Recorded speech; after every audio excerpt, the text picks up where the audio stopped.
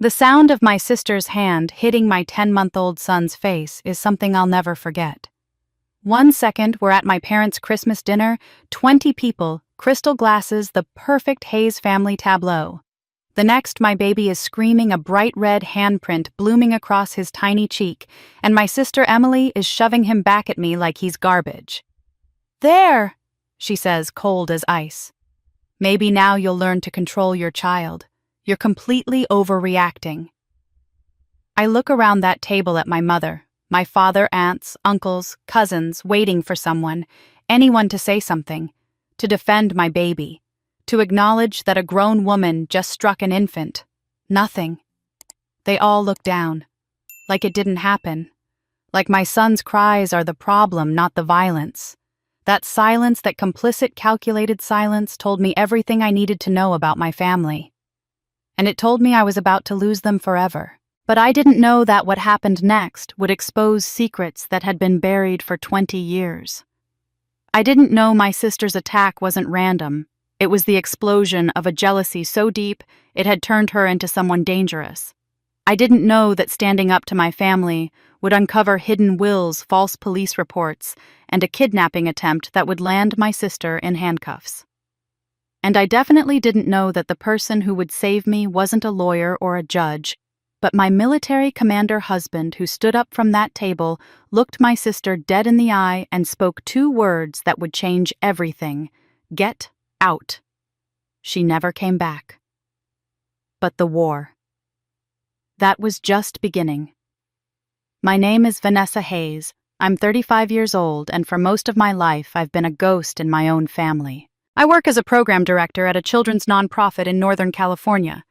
I'm married to a wonderful man named Daniel, and 10 months ago, I became a mother to the most beautiful baby boy in the world. I thought becoming a mother would change how my family saw me, but as I pulled up to my parents' mansion that Christmas Eve, the familiar knot of anxiety in my stomach told me nothing had changed at all. The Hayes estate looked like something out of a holiday magazine.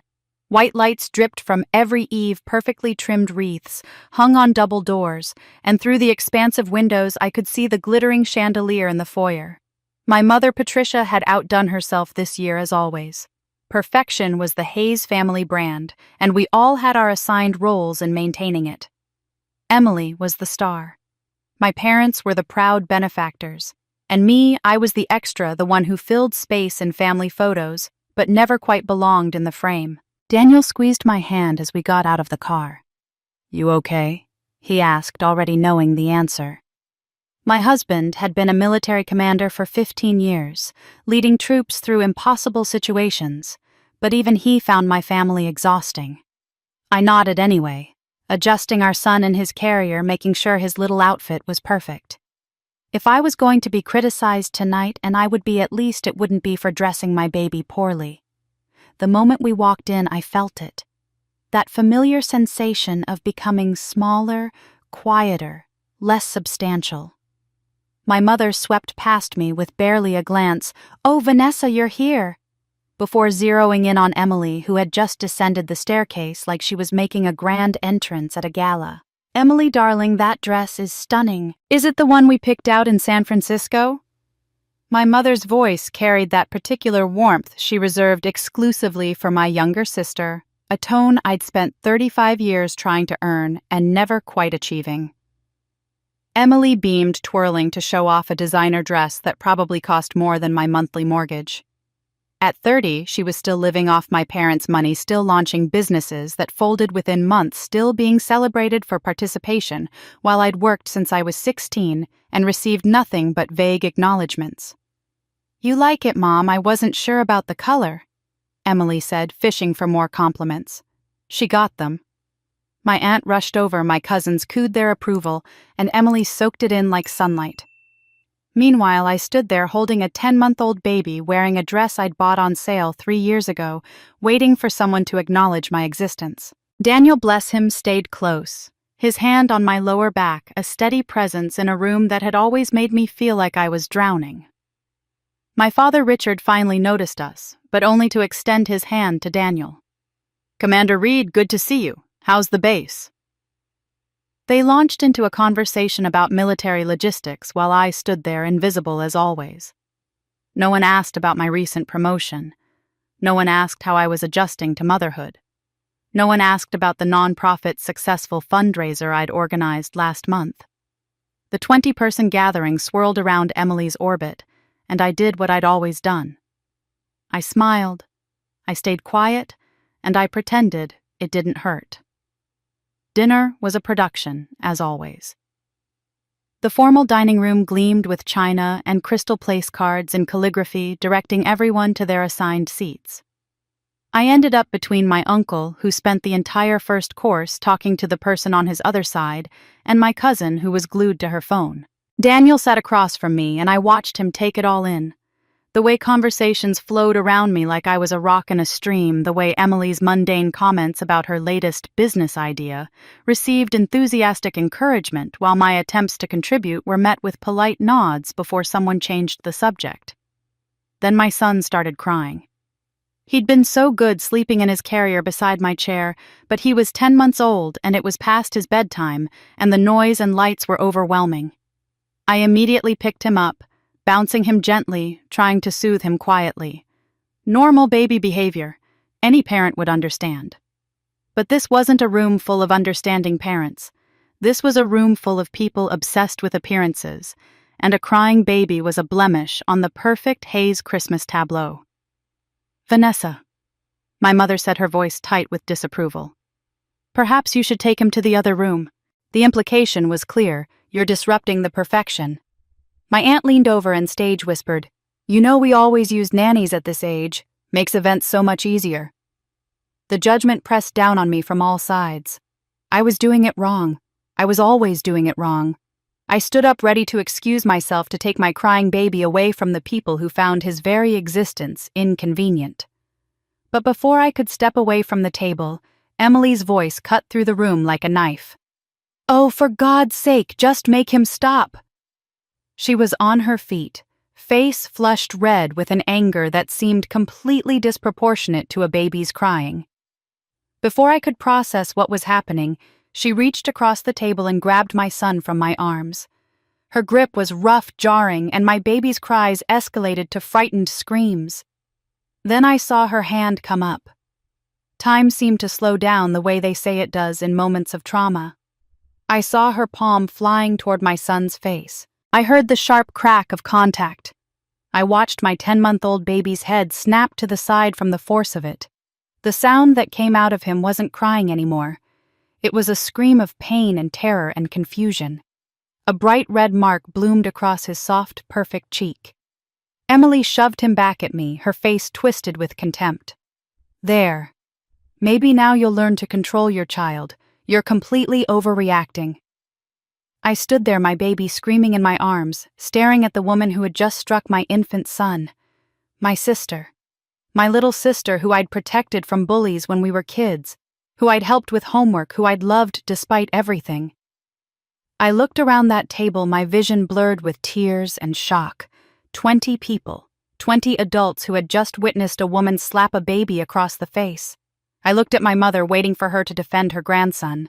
I looked at my father, waiting for him to stand up and demand Emily leave. Instead, my father cleared his throat and said quietly, "Emily's had a stressful year, Vanessa. Don't make a scene." My mother dabbed her napkin at her lips.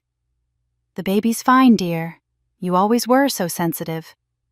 Every single person at that table, aunts, uncles, cousins, family, friends, found something fascinating about their plates. No one looked at me. No one acknowledged what had just happened.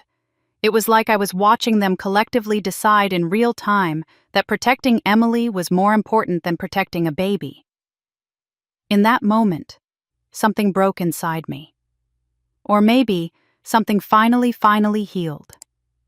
I understood with perfect, devastating clarity that my family wasn't just dysfunctional. They were dangerous. They would enable violence, abuse, cruelty, anything, rather than challenge Emily's perfection. The scraping of a chair broke the terrible silence. Daniel pushed back from the table, the sound echoing in the frozen room. He stood up slowly, deliberately, his military bearing making him seem to fill the entire space. But one person at that table refused to stay silent, and his voice would change everything. Daniel stood there for a moment, and the entire room seemed to shrink around him. My husband isn't a large man physically, but 15 years of commanding troops had given him something more powerful than size presence. The kind of authority that doesn't need to be loud to be absolute.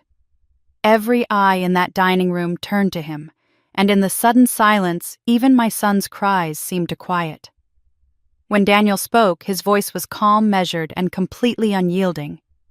It was the voice he used with subordinates who'd made critical errors, the voice that said there would be consequences and debate was not an option.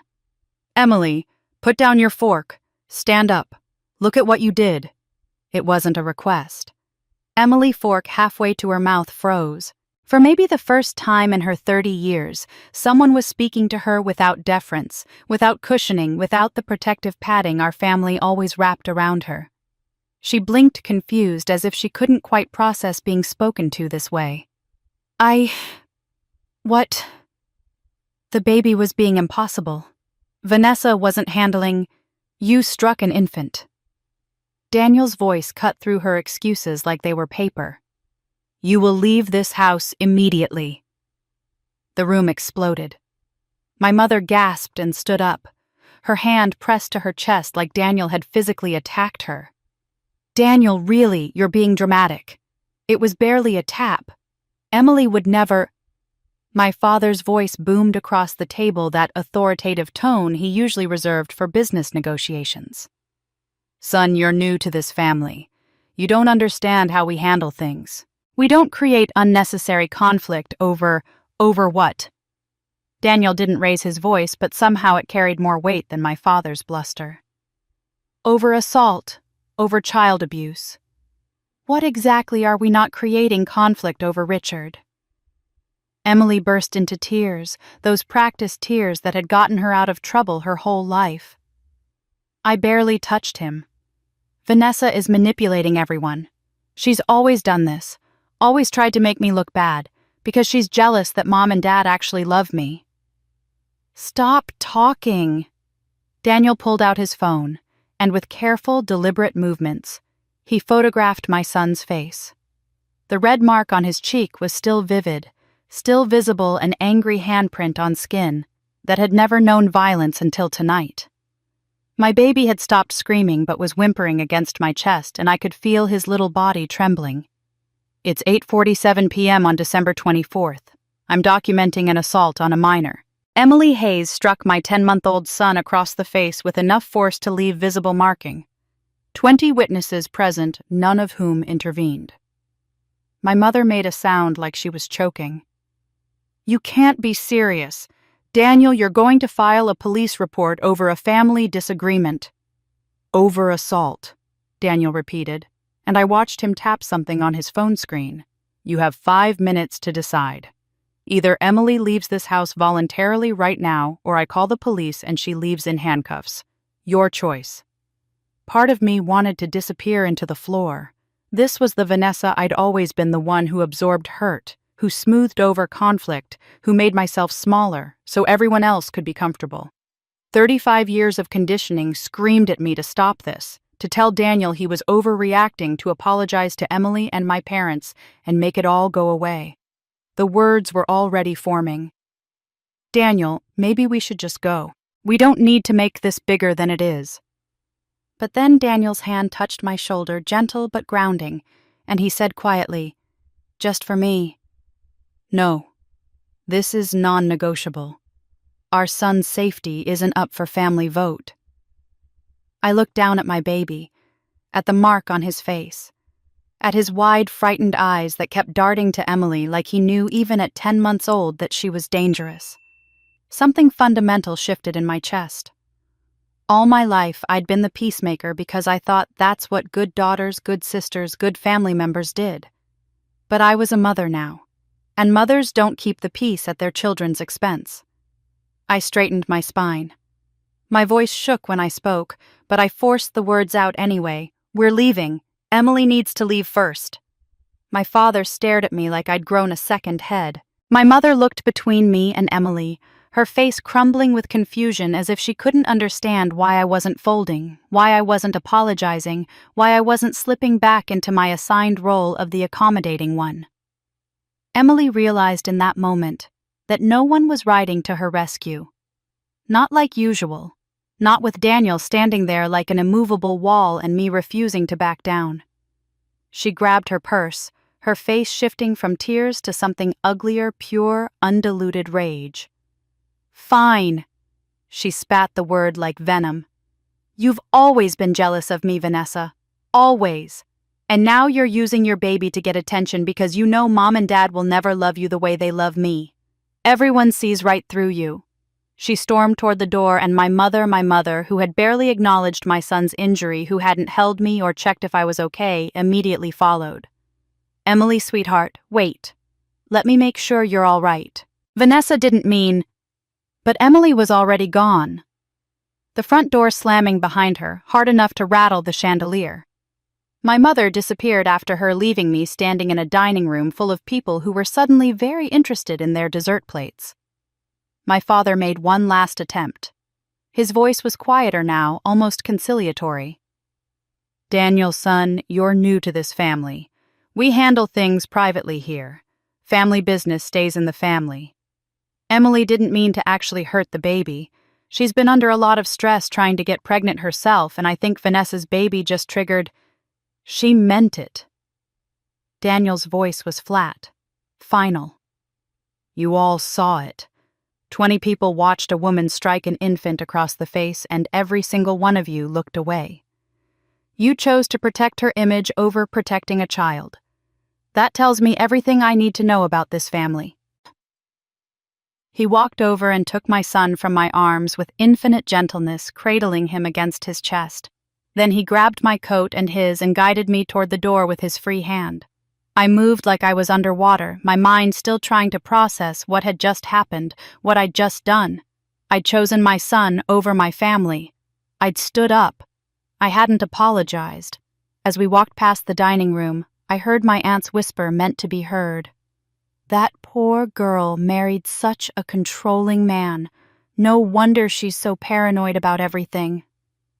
The gaslighting was already starting. I wasn't a mother protecting her child. I was a paranoid wife with a controlling husband. The narrative was being rewritten in real time, and I knew by tomorrow the whole family would believe some version where I was the problem, Emily was the victim, and Daniel was the villain. In the car, something inside me broke. Not broke, shattered. I started crying ugly, heaving sobs that I couldn't control. Daniel drove in silence, one hand on the wheel, the other reaching over to squeeze my knee. He didn't tell me it was okay. He didn't try to minimize what had happened. He just drove. "We're not going home," he said quietly. "Not tonight. You need space." He pulled into a hotel parking lot, and I realized he was right. I couldn't go home yet. I couldn't walk into our house and pretend this was just another holiday dinner gone wrong. This was different. This was the moment I finally saw my family clearly without the filter of hope or the delusion that they'd ever change. They would never choose me. They would never protect me. They would never see me as worthy of the love and defense they showered on Emily without question. But I had Daniel, and I had my son, and maybe for the first time in my life that was enough. But Emily's tears weren't from remorse, they were from rage. And within 24 hours the Hayes family would launch their counterattack. I woke up on Christmas morning to the sound of my phone vibrating against the hotel nightstand. Not just once or twice, but continuously like an angry hornet trapped in a jar. Daniel was already up sitting in the armchair by the window with our son feeding him a bottle while watching the sunrise. He looked at my phone and then at me with an expression that said he'd already checked his own messages. "How many?" I asked, my voice hoarse from crying myself to sleep. 47 on yours, 32 on mine." I picked up my phone with shaking hands. The notifications were overwhelming. Texts, missed calls, voicemails, even Facebook messages from relatives I hadn't spoken to in years. I started reading them aloud, my voice growing more incredulous with each one. My mother. "You ruined Christmas. Emily cried all night. The whole family is upset. You need to call your sister and apologize. Another from her sent at 3 in the morning. I can't believe you would do this to us. On Christmas of all days. My father's texts were colder, more calculated. Your husband's behavior last night was completely unacceptable. Military rank doesn't give him the right to disrespect my daughter in my house. We need to discuss his anger issues. Then came the avalanche from extended family. My Aunt Carol. Emily made a mistake, but that's what families do. They forgive. You're blowing this way out of proportion. My Uncle James. That baby looks fine in the photos your mom showed me. Kids are resilient. Don't let your marriage problems destroy this family. A cousin I'd spoken to maybe twice in the last decade.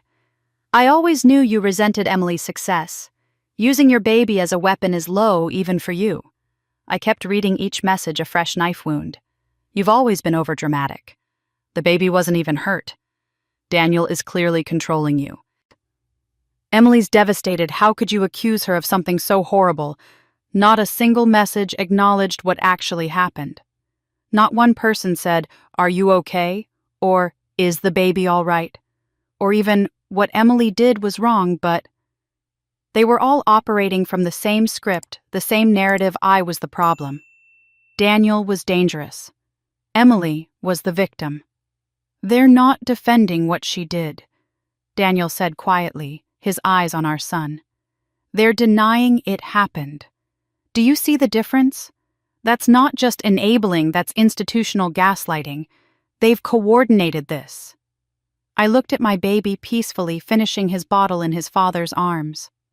The red mark on his cheek had faded to a slight pink, but I could still see exactly where Emily's hand had landed.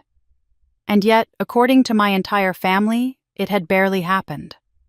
Or it had happened, but didn't matter. Or it had happened, but I'd caused it by being a bad mother who couldn't control her crying child.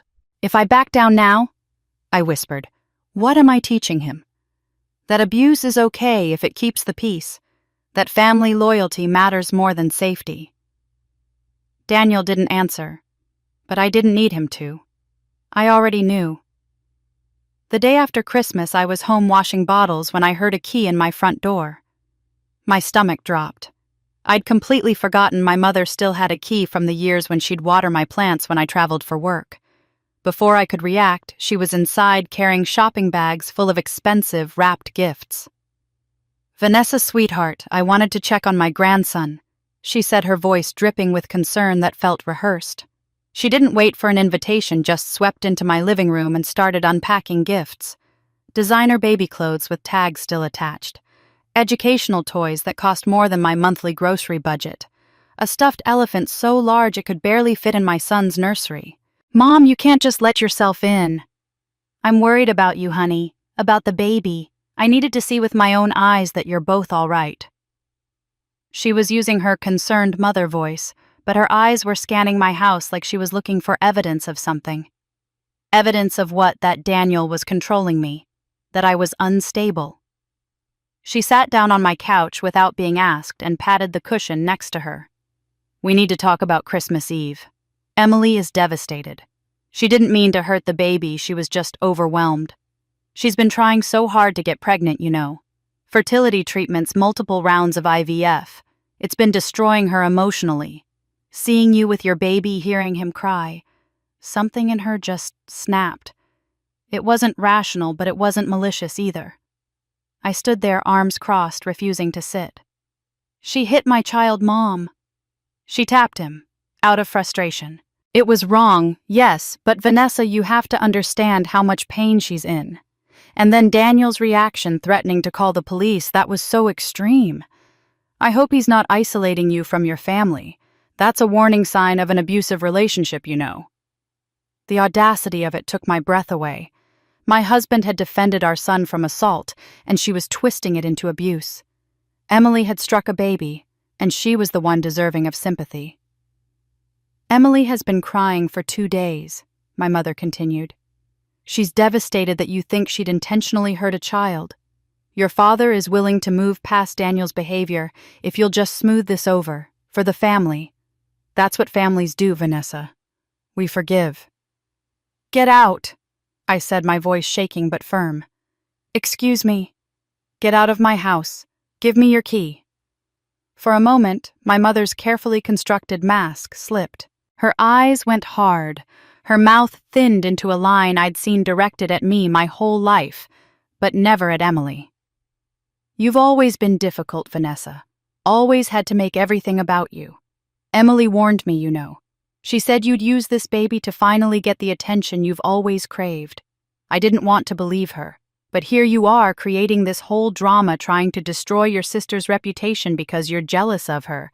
I can see it now. She stood, grabbed her purse, and walked to the door. She didn't leave the key. I heard her car pull away, and I sank onto the couch, shaking. In my mother's reality, I was simultaneously invisible and manipulative, unimportant and attention-seeking. The cognitive dissonance of it would have been funny if it wasn't so devastating. That evening, my phone chimed with an email. The subject line read, "Family expectations moving forward." The sender was my father, but the formal legal language told me he'd had help drafting it, probably his business attorney. I read it 3 times, each time feeling colder. It outlined exactly what I needed to do: issue a public apology to Emily for causing unnecessary drama and making false accusations. Have Daniel apologize for threatening and aggressive behavior. Attend a family dinner on New Year's Eve where we would demonstrate reconciliation and family unity. The consequences for refusing were spelled out with chilling clarity: temporary removal from family events until such time as Vanessa is ready to participate constructively in family relationships. And this was the line that made my hands shake. Future inheritance considerations will be affected accordingly. They were threatening to cut me off. Financially. Socially. Completely. I sat at my kitchen table, my laptop open to that email, my baby sleeping peacefully upstairs with Daniel watching over him. I looked at my husband when he came downstairs. When did I become the bad guy for protecting my child? Daniel sat down across from me, his hands folded on the table. You're not the bad guy, Ash. They're just showing you who they really are. They've probably always been this way, but you wanted to believe they could be different. The question is, what are you going to do about it? I stared at that email, at the ultimatum, at the threat disguised as family expectations. For 35 years, I'd bent myself into whatever shape my family needed me to be. I'd apologized for existing, for taking up space, for having needs and feelings. I'd made myself small so Emily could be big. But I had a son now, and he was watching, learning, absorbing the lessons about what family meant, what love looked like, what you tolerated in the name of keeping the peace. I closed my laptop without responding. The next morning, a message arrived that would give me something my family never had proof. The call came the next morning from a number I didn't recognize. I almost didn't answer after 2 days of harassment from my family.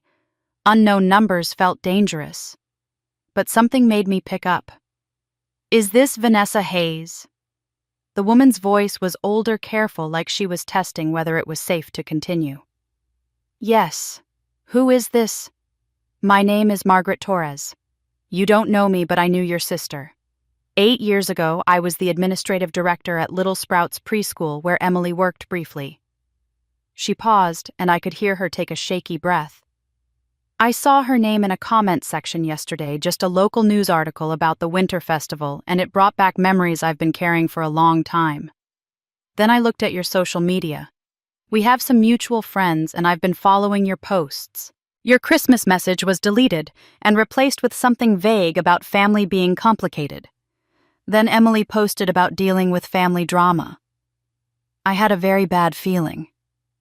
My heart was pounding. What do you mean you knew Emily? Your sister was fired from our preschool. She hit a child, a 3-year-old boy. We documented everything: incident reports, witness statements, and we had audio from our classroom monitoring system. It was clear-cut assault. Margaret's voice cracked. Your father paid us $50,000 to destroy the evidence and sign non-disclosure agreements. But I kept a copy. I couldn't destroy proof that a child abuser might hurt someone else someday. I've regretted not coming forward for 8 years. When I saw those posts, I thought maybe she'd done it again. I couldn't breathe. She hit my son. On Christmas Eve. She slapped him across the face. Margaret made a sound like a sob.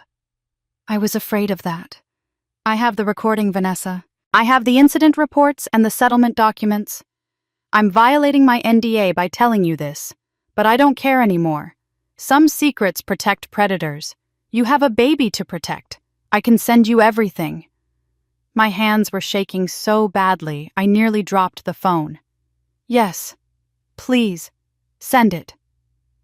20 minutes later, Daniel and I sat together on the couch, my laptop between us, staring at the encrypted email Margaret had sent. The subject line was simple: the truth about Emily Hayes. My finger hovered over the attachment for a long moment before I clicked. The audio file loaded. For the first few seconds, there was just ambient noise, children playing a teacher's voice reading a story in the background. Then I heard crying. A child maybe 3 years old, that hiccuping sob that little kids do when they're tired or overwhelmed. Emily's voice came next, tight with irritation. "Stop it! Stop crying right now!" The child cried harder. "I said stop!" Emily's voice escalated, that edge of fury I recognized from Christmas Eve. "You're doing this on purpose. Stop crying." Then I heard it. The unmistakable sound of a slap, sharp and violent. The child's cry turned into a scream of pain and terror. "I said stop crying!" Emily shouted. Another voice, female, younger. "Emily, what did you— Oh my God, what did you do?" Scuffling sounds, a door slamming. Then more voices, adults talking over each other. An administrator. "Emily, you need to tell me what happened." Emily alternating between denial and justification. "I didn't do anything. He's lying. He wouldn't listen. He was being defiant. Kids need discipline. I barely touched him." The recording continued for another 10 minutes, Emily being confronted, escorted from the building, the child's parents being called. I listened to all of it, tears streaming down my face, Daniel's arm around my shoulders. When it ended, I opened the incident report. Clinical language describing what the teacher had witnessed. Employee Emily Hayes struck student JM across the left arm with sufficient force to leave a visible handprint. Student was crying prior to contact, but was not engaging in dangerous or aggressive behavior. Student appeared terrified following the incident. Employee showed no remorse and insisted the child had provoked her response. The recommendation was clear. Report to State Licensing Board and local police department. Employee is not suitable for work with children. But that's not what happened. Instead, there was a legal settlement dated 2 weeks after the incident. Hayes Holdings, LLC. My father's company had paid Little Sprouts Educational Center $50,000. In exchange, termination of Emily Hayes will be recorded as without cause rather than for cause. All video and audio evidence of the incident will be destroyed. All staff members present will sign non-disclosure agreements. No reports will be filed with licensing boards or law enforcement. The document was signed by Richard Hayes in his bold, authoritative handwriting. I read it 3 times, my brain refusing to process what I was seeing. My father knew. 8 years ago, he knew Emily had hit a child, and instead of getting her help, instead of facing the reality of what she'd done, he'd paid to bury it. He'd paid to protect her reputation and enable her to continue being dangerous. "This is a pattern," I whispered. "It's not a one-time thing. It's not stress or fertility issues or a momentary lapse. She hurts children when she loses control, and my family covers it up." Daniel was already on his phone forwarding the files to someone. "I'm sending this to a lawyer friend of mine. This changes everything, Ash. This is documented evidence of prior violence and a cover-up conspiracy." Another email arrived from Margaret, longer this time. I opened it with shaking hands. She explained that she and my mother had been friends years before the incident. They'd served together on a hospital charity board, had coffee occasionally, moved in similar social circles. When Emily applied to work at Little Sprouts despite having minimal qualifications and no real interest in early childhood education, Margaret had hired her as a favor to Patricia. After the incident, Margaret wanted to report Emily to Child Protective Services and the State Licensing Board. She wanted that child protected and future children warned. But the preschool owner, a man named David Chen who'd built his small business from nothing and couldn't afford a legal battle with the Hayes family, told her she had a choice: sign the NDA or lose her job. Richard's lawyers had made it clear they would destroy the preschool's reputation, tie them up in lawsuits for years, and ensure no one in the community ever trusted them with children again. Margaret signed. She kept her job, and she'd hated herself for it every day since. But there was something else in the email, something that made my skin crawl. "Your mother called me privately after the settlement was finalized," Margaret wrote. "It was late at night and I could tell she'd been drinking. She asked me to watch out for you for Vanessa. She said Vanessa doesn't know how hard it is to be the pretty, perfect sister. She doesn't understand what that kind of jealousy can do to a person. At the time, I thought she was just rambling, maybe feeling guilty about the whole situation. But now I think she was trying to warn me. I think your mother has always known Emily is dangerous, especially to you, but she's never had the power or the courage to stop it." The email ended with, "I'm violating my NDA by sending you this. I could be sued. I don't care anymore. Some secrets protect predators. You have a baby to protect. Use it. And if you need me to testify, to go on record, to do whatever it takes, I will. I should have been brave 8 years ago.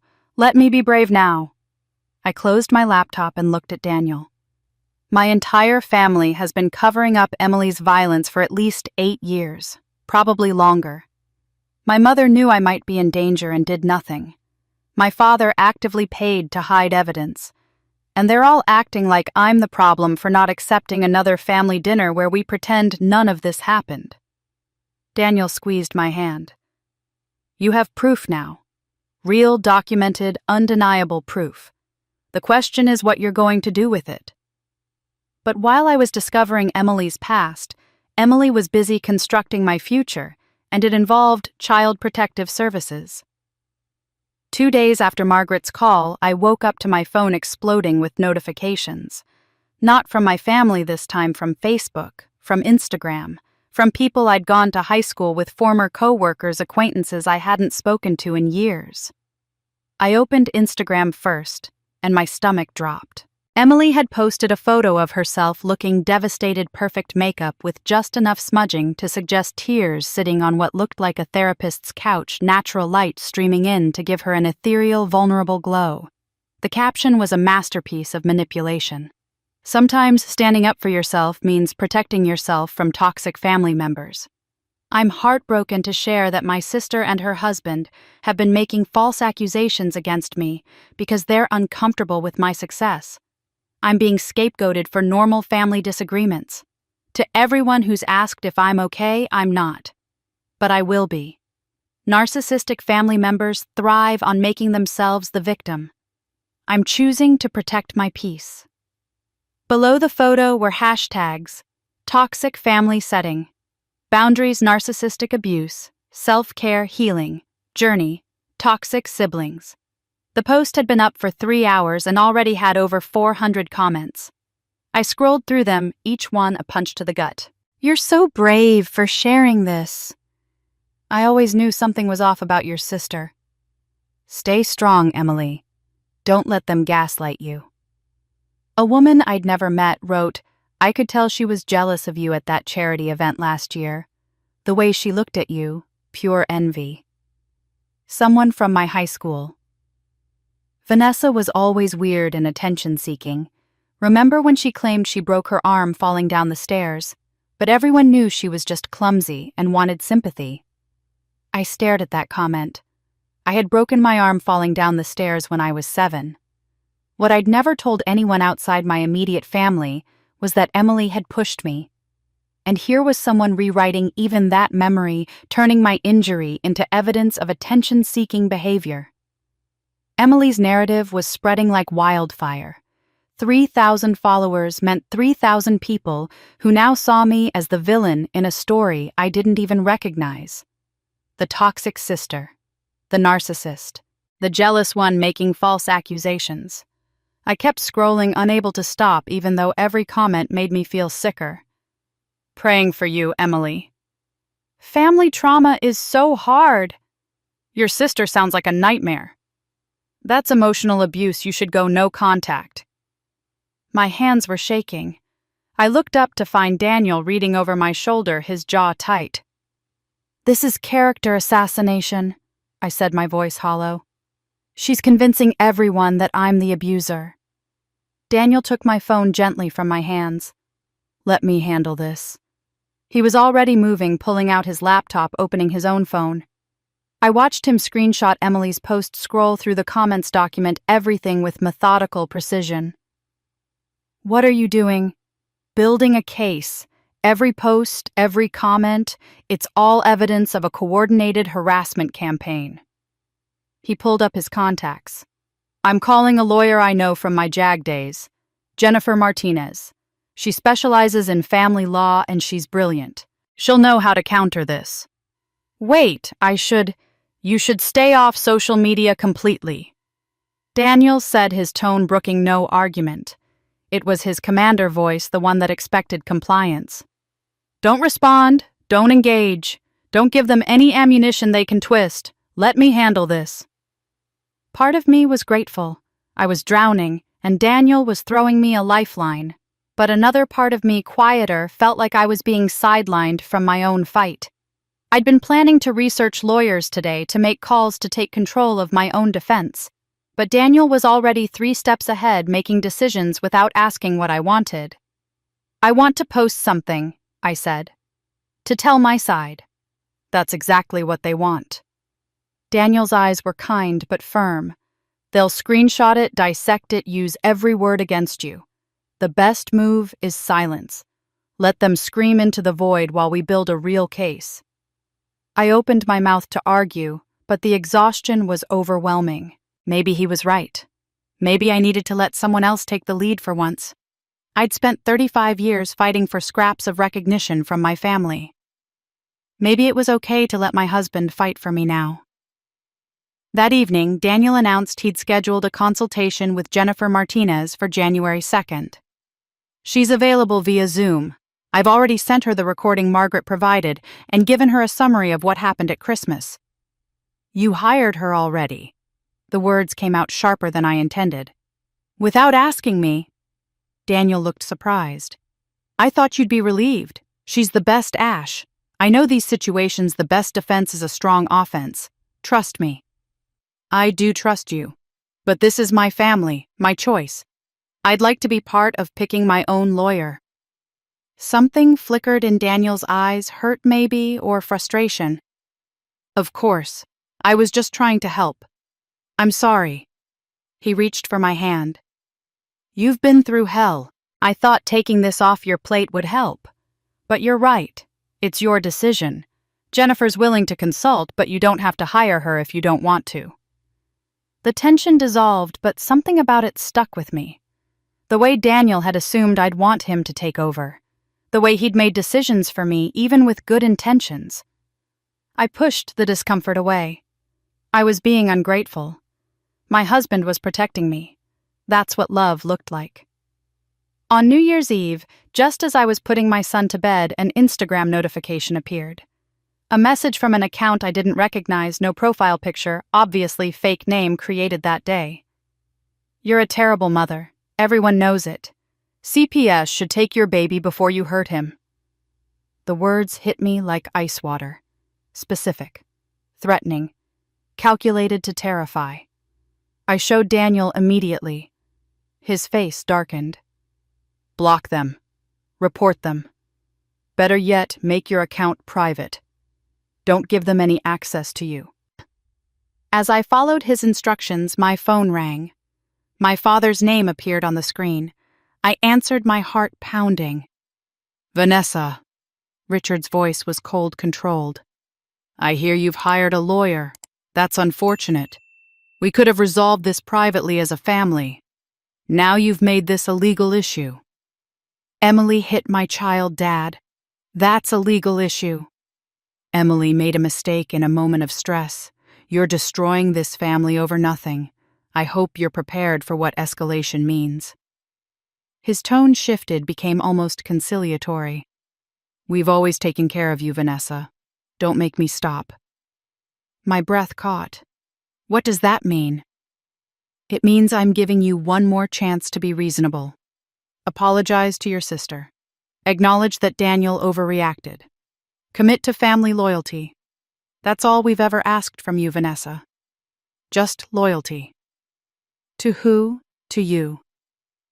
To Emily. What about loyalty to my son? Your son is fine. You're being paranoid. But if you continue down this path, if you insist on making this public and legal and dramatic, you'll find out exactly what this family is capable of protecting. Think about that. He hung up before I could respond. I stood there, phone still pressed to my ear, Daniel watching me with concern. What did he say? He threatened me. I don't know what exactly, but it was a threat. That night, I couldn't sleep. I held my son, watching him breathe in the darkness, thinking about Margaret's recording, about Emily's social media campaign, about my father's ominous warning. I had evidence of Emily's violence. But would anyone believe me against the Hayes family's money and influence? Vanessa didn't know that her father's call wasn't a threat. It was a distraction. Because Emily had already set a trap that would arrive at Vanessa's door in 10 days. 10 days after my father's cryptic threat on a Friday morning in early January, the trap Emily had set finally sprang. Daniel had left for the base an hour earlier. I was in the kitchen feeding my son breakfast, spooning mashed banana into his eager mouth while he babbled happily and grabbed at the spoon. It was one of those perfect domestic moments that made all the chaos of the past 2 weeks feel manageable. My baby was safe, healthy, loved. That's what mattered. Then came the knock. Firm. Official. The kind of knock that makes your stomach drop before you even know why. I wiped banana off my son's face and went to the door, peering through the peephole. A woman in business casual clothing stood on my porch, a leather portfolio under her arm, an official-looking badge clipped to her belt. When I opened the door, she held up the badge. Mrs. Reed, I'm Sandra Chen from Child Protective Services. We've received a report of concern regarding the welfare of a child at this address. May I come in? The world tilted. CPS. Someone had called CPS on me. I knew immediately who it was, had to be Emily, but the knowledge didn't make the panic any less consuming. My hands started shaking. Sandra Chen was watching me, cataloging my reaction, and I knew that showing fear would be used against me somehow. Yes, of course. I stepped back, my voice surprisingly steady, even though I felt like I might throw up. What is this about? Sandra walked in, her eyes already scanning my living room. I tried to see it through her eyes. Toys scattered on the floor, a basket of unfolded laundry on the couch, breakfast dishes in the sink. Normal mess of a house with a baby. But was it too messy? Too clean would look obsessive. Too dirty would look neglectful. There was no winning. We received a report alleging concerns about your parenting. Sandra said, her tone neutral but not unkind. The report states that you display erratic behavior, leave the baby crying for extended periods, and may be suffering from untreated postpartum depression that makes you a danger to your child. Each word was a knife. That's not true. None of that is true. I'm not here to adjudicate family disputes, ma'am. I'm here to ensure child safety. Sandra pulled out a tablet. I need to see where the baby sleeps, what food you have available, ask some questions about your support system. This is standard procedure. I led her through the house in a daze. She photographed the nursery, the crib with its clean sheets, the changing table stocked with diapers and wipes, the bookshelf full of board books. She opened my refrigerator and cabinets, noting the formula baby food, fresh produce. She watched my son in his high chair, observed how he reached for me when I came near, how he smiled and babbled. He seems healthy and well-adjusted, Sandra said, making notes. Can you tell me about your support system, family, nearby friends who help with childcare? This was where it got dangerous. My husband is very supportive. I have neighbors who help, but my family and I are currently estranged. Why is that? I took a breath.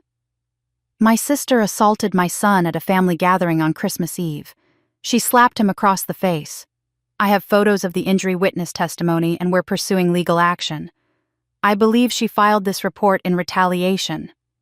Sandra's expression didn't change. That's a serious allegation. I have proof. I have medical documentation, photos taken immediately after, and a recording of my sister assaulting another child years ago. My father paid $50,000 to cover it up. Mrs. Reed, I understand you're upset, but making accusations about who filed the report won't help your case. Sandra's voice had cooled slightly. CPS reports are confidential, and frankly, families often accuse each other of filing reports during custody disputes. This isn't a custody dispute. My sister doesn't have any legal claim to my child. She hurt him, and I reported it. Sandra made another note, and I watched my own words being used against me. Paranoid ideation. Unfounded accusations against family members. I could practically see her writing it. She asked me to put the baby down for a moment so we could talk privately. My hands shook as I placed him in his playpen with some toys. He immediately started playing happy and oblivious. Sandra reviewed her file, and I caught glimpses of the allegations. The language was careful, clinical, devastating. Child frequently appears distressed in mother's care. Mother isolated from family support systems by controlling partner. Mother makes unfounded accusations against family members. Family attempted intervention, but mother became defensive and hostile. It was brilliant in its cruelty. Every piece had a grain of truth twisted into poison. Yes, I'd been distant from family because they enabled my sister's violence. Yes, Daniel was protective because he was defending us. Yes, I'd made accusations because they were true. But in Emily's version, filtered through this official report, I was unstable, paranoid, dangerous to my own child. Has anyone in your family expressed concern about your mental health? Sandra asked. The question was a trap with no safe answer. If I said yes, I validated their claims that I was unstable. If I said no, I was lying. Sandra probably had statements from my family already. I chose truth. My family has always told me I'm too sensitive, too dramatic, too emotional. They minimize my feelings and gaslight me. That's why I'm setting boundaries. Not because I'm unstable, but because I'm finally healthy enough to recognize abuse. Sandra nodded, her expression unreadable. I see a clean home, a healthy child, and a mother who appears engaged and responsive. But I have to investigate all allegations thoroughly. My report will be filed within the week, and a determination will be made within 30 days. You should expect a follow-up visit. What happens if the determination is negative? Let's not get ahead of ourselves. Sandra stood gathering her things. I recommend you document your childcare routines. Keep regular pediatrician appointments. And consider getting a mental health evaluation to demonstrate you're proactive about wellness. The suggestion made my blood run cold. Get evaluated and risk a diagnosis being weaponized against me, or refuse and look like I was hiding something.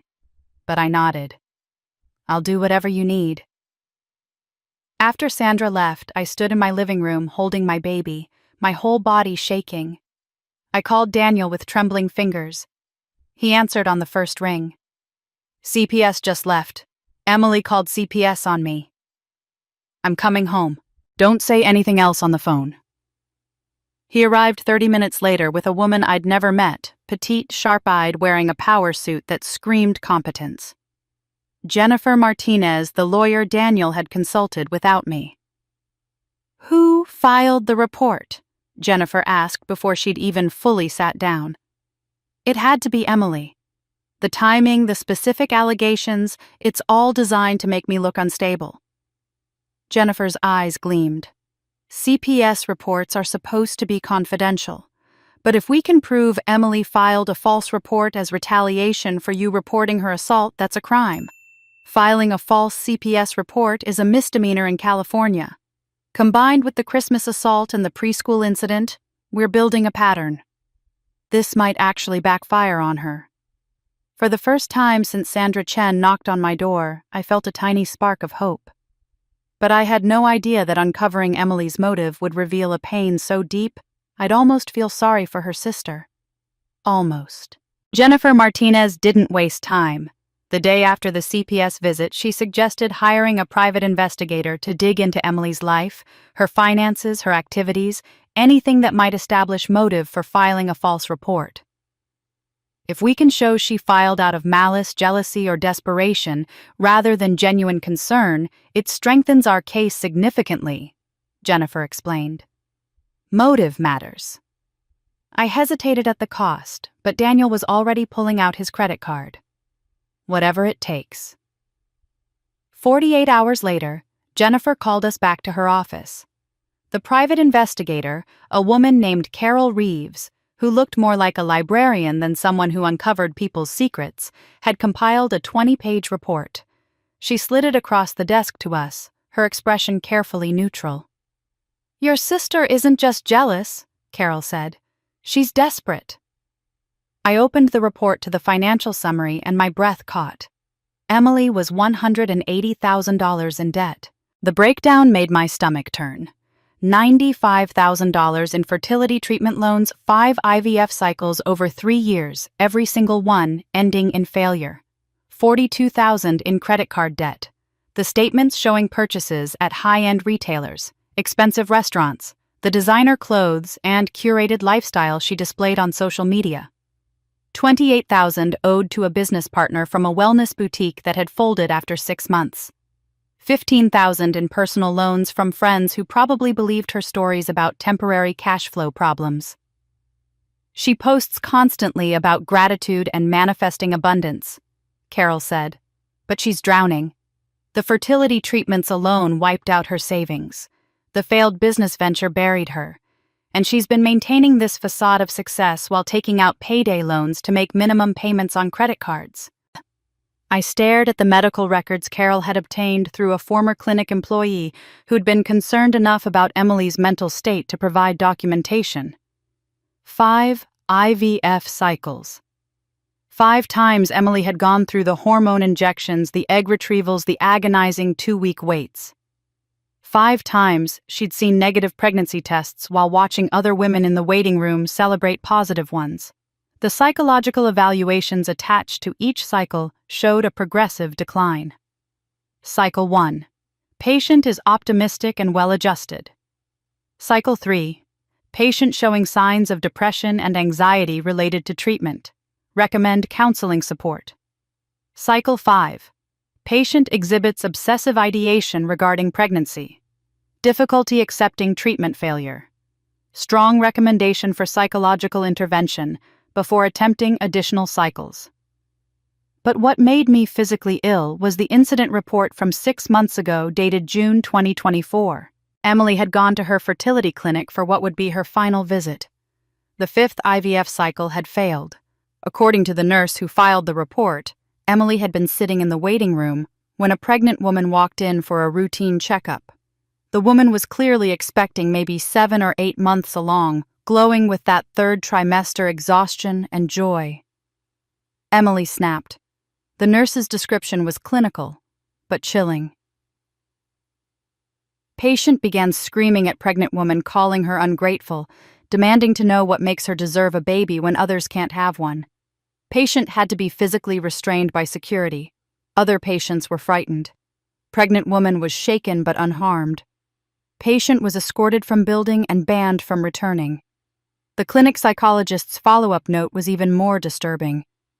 Patient displays obsessive ideation regarding pregnancy and motherhood. Exhibits inappropriate anger toward fertile women and pregnant patients. Patient appears to view pregnancy as a zero-sum competition, where others' success represents her failure. Strong recommendation for intensive therapy before considering any future fertility treatment. Patient refused referral, became hostile when intervention was suggested, and demanded all records be transferred to another facility immediately. I read it twice, my hands shaking. 6 months before Emily slapped my son at Christmas dinner, she'd been banned from a fertility clinic for screaming at a pregnant stranger. This wasn't a one-time breakdown. This was a pattern of escalating violence directed at anything that reminded her of what she couldn't have. "I think I understand now," I said quietly. "Why she hit my baby. It wasn't really about him crying or me being a bad mother. It was about me having what she desperately wants and can never have." Daniel squeezed my hand. "Understanding motive doesn't excuse assault."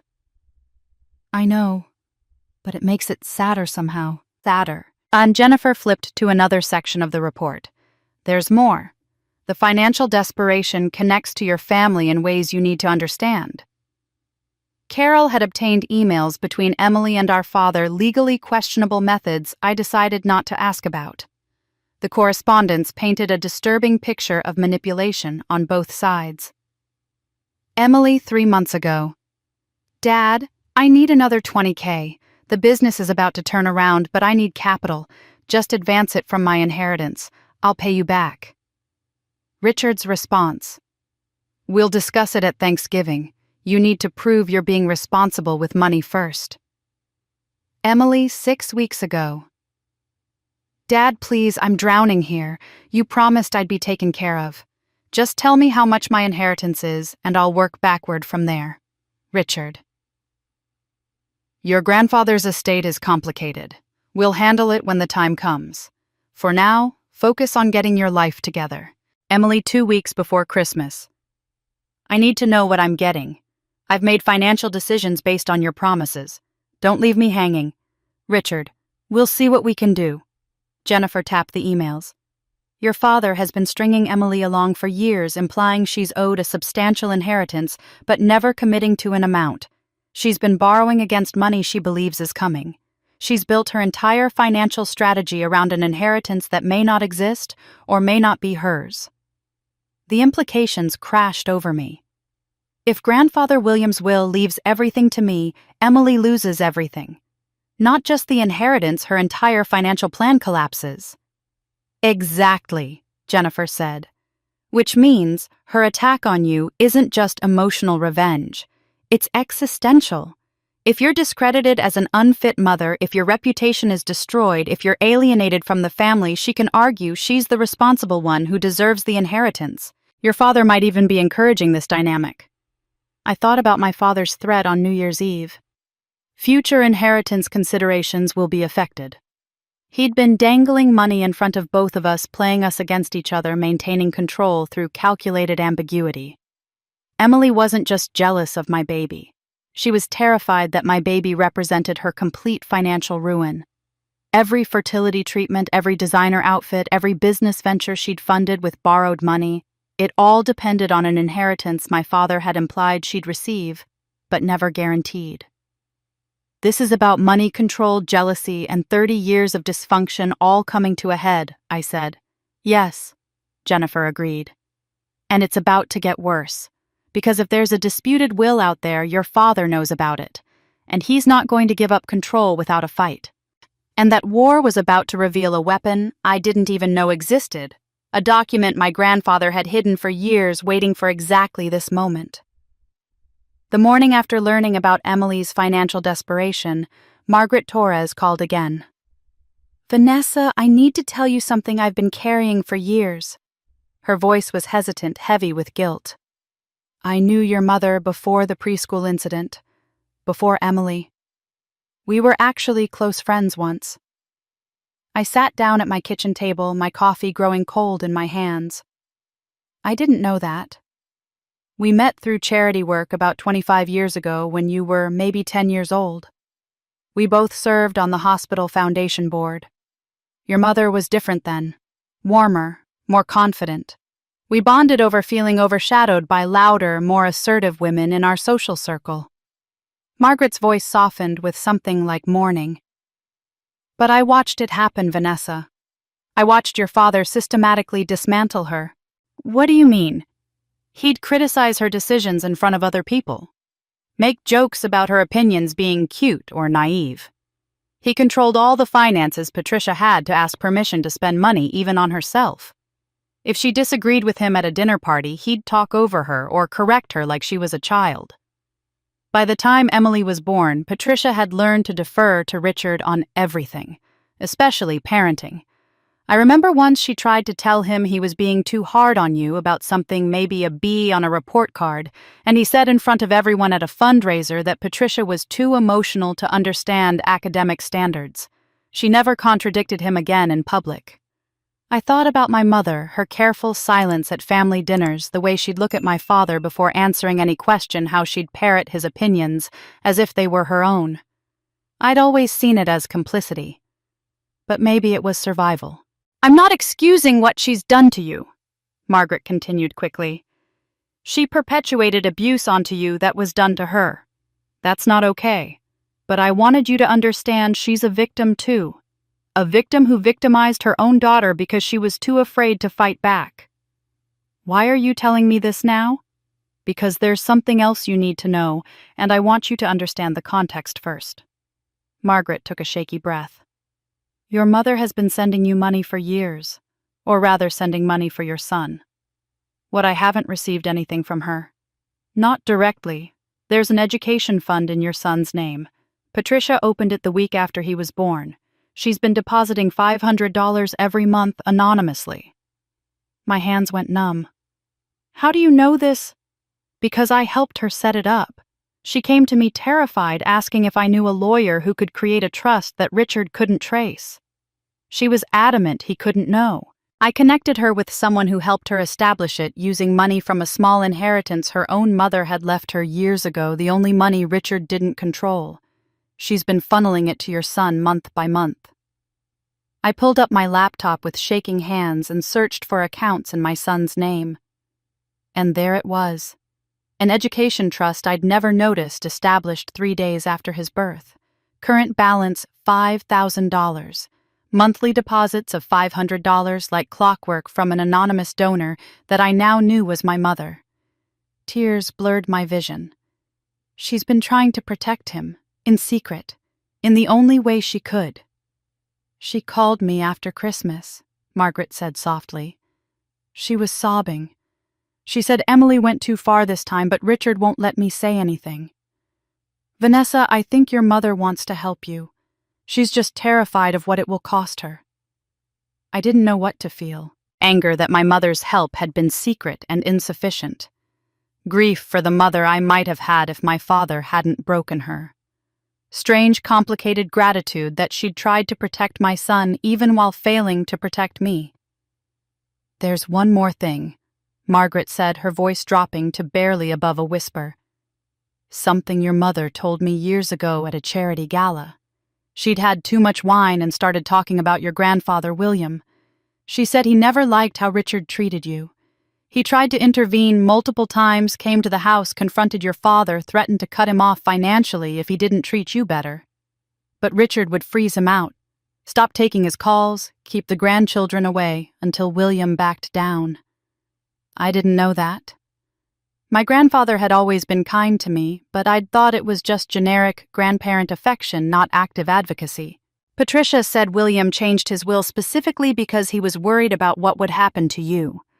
She remembered the exact words he said to her. "Patricia, if you won't protect Vanessa, I will. But she'll have to prove she's strong enough to stand up to Richard first. Otherwise, the money will just be another chain binding her to this family." The words hit me like a physical blow. My grandfather hadn't just wanted to help me, he'd wanted to force me to save myself. He'd known that giving me money while I was still enmeshed in the family's dysfunction would just give my father another tool to control me. So he'd made it conditional. I had to be strong enough to break free before I could claim it. "I didn't understand what he meant then," Margaret continued. "But watching what you've done, standing up to your family, protecting your son, refusing to back down, I think you've passed his test. Your mother thought so too. Did she tell you anything else about the will? Just that there's a lawyer, someone your grandfather trusted more than the family attorney. Someone who's been holding documents for years waiting for the right moment. Patricia made me promise that if you ever needed help, if you ever stood up to Richard, I'd give you the name." She paused. "His name is Thomas Blackwell." I wrote it down with trembling hands. "Thank you, Margaret, for keeping the recording. For this, For everything. I should have been braver 8 years ago. Let me be brave now by giving you the tools to fight. She hesitated. Vanessa, your mother isn't the enemy. She's just been his prisoner longer than you have.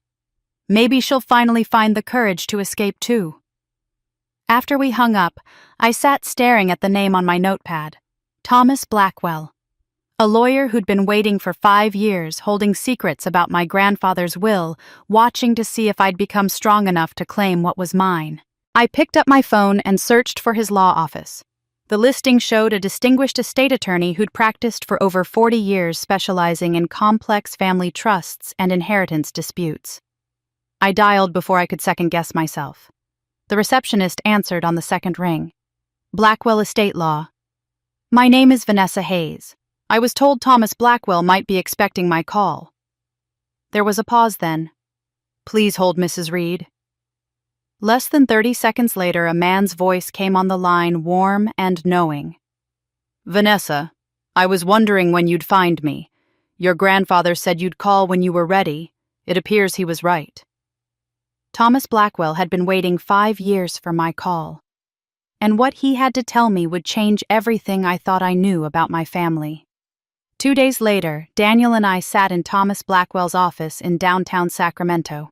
The space was exactly what I'd expected from a man who'd practiced estate law for 40 years, walls lined with leather-bound legal volumes, mahogany furniture that had probably been in the same spots for decades, and windows overlooking the city with heavy velvet curtains pulled back to let in winter sunlight.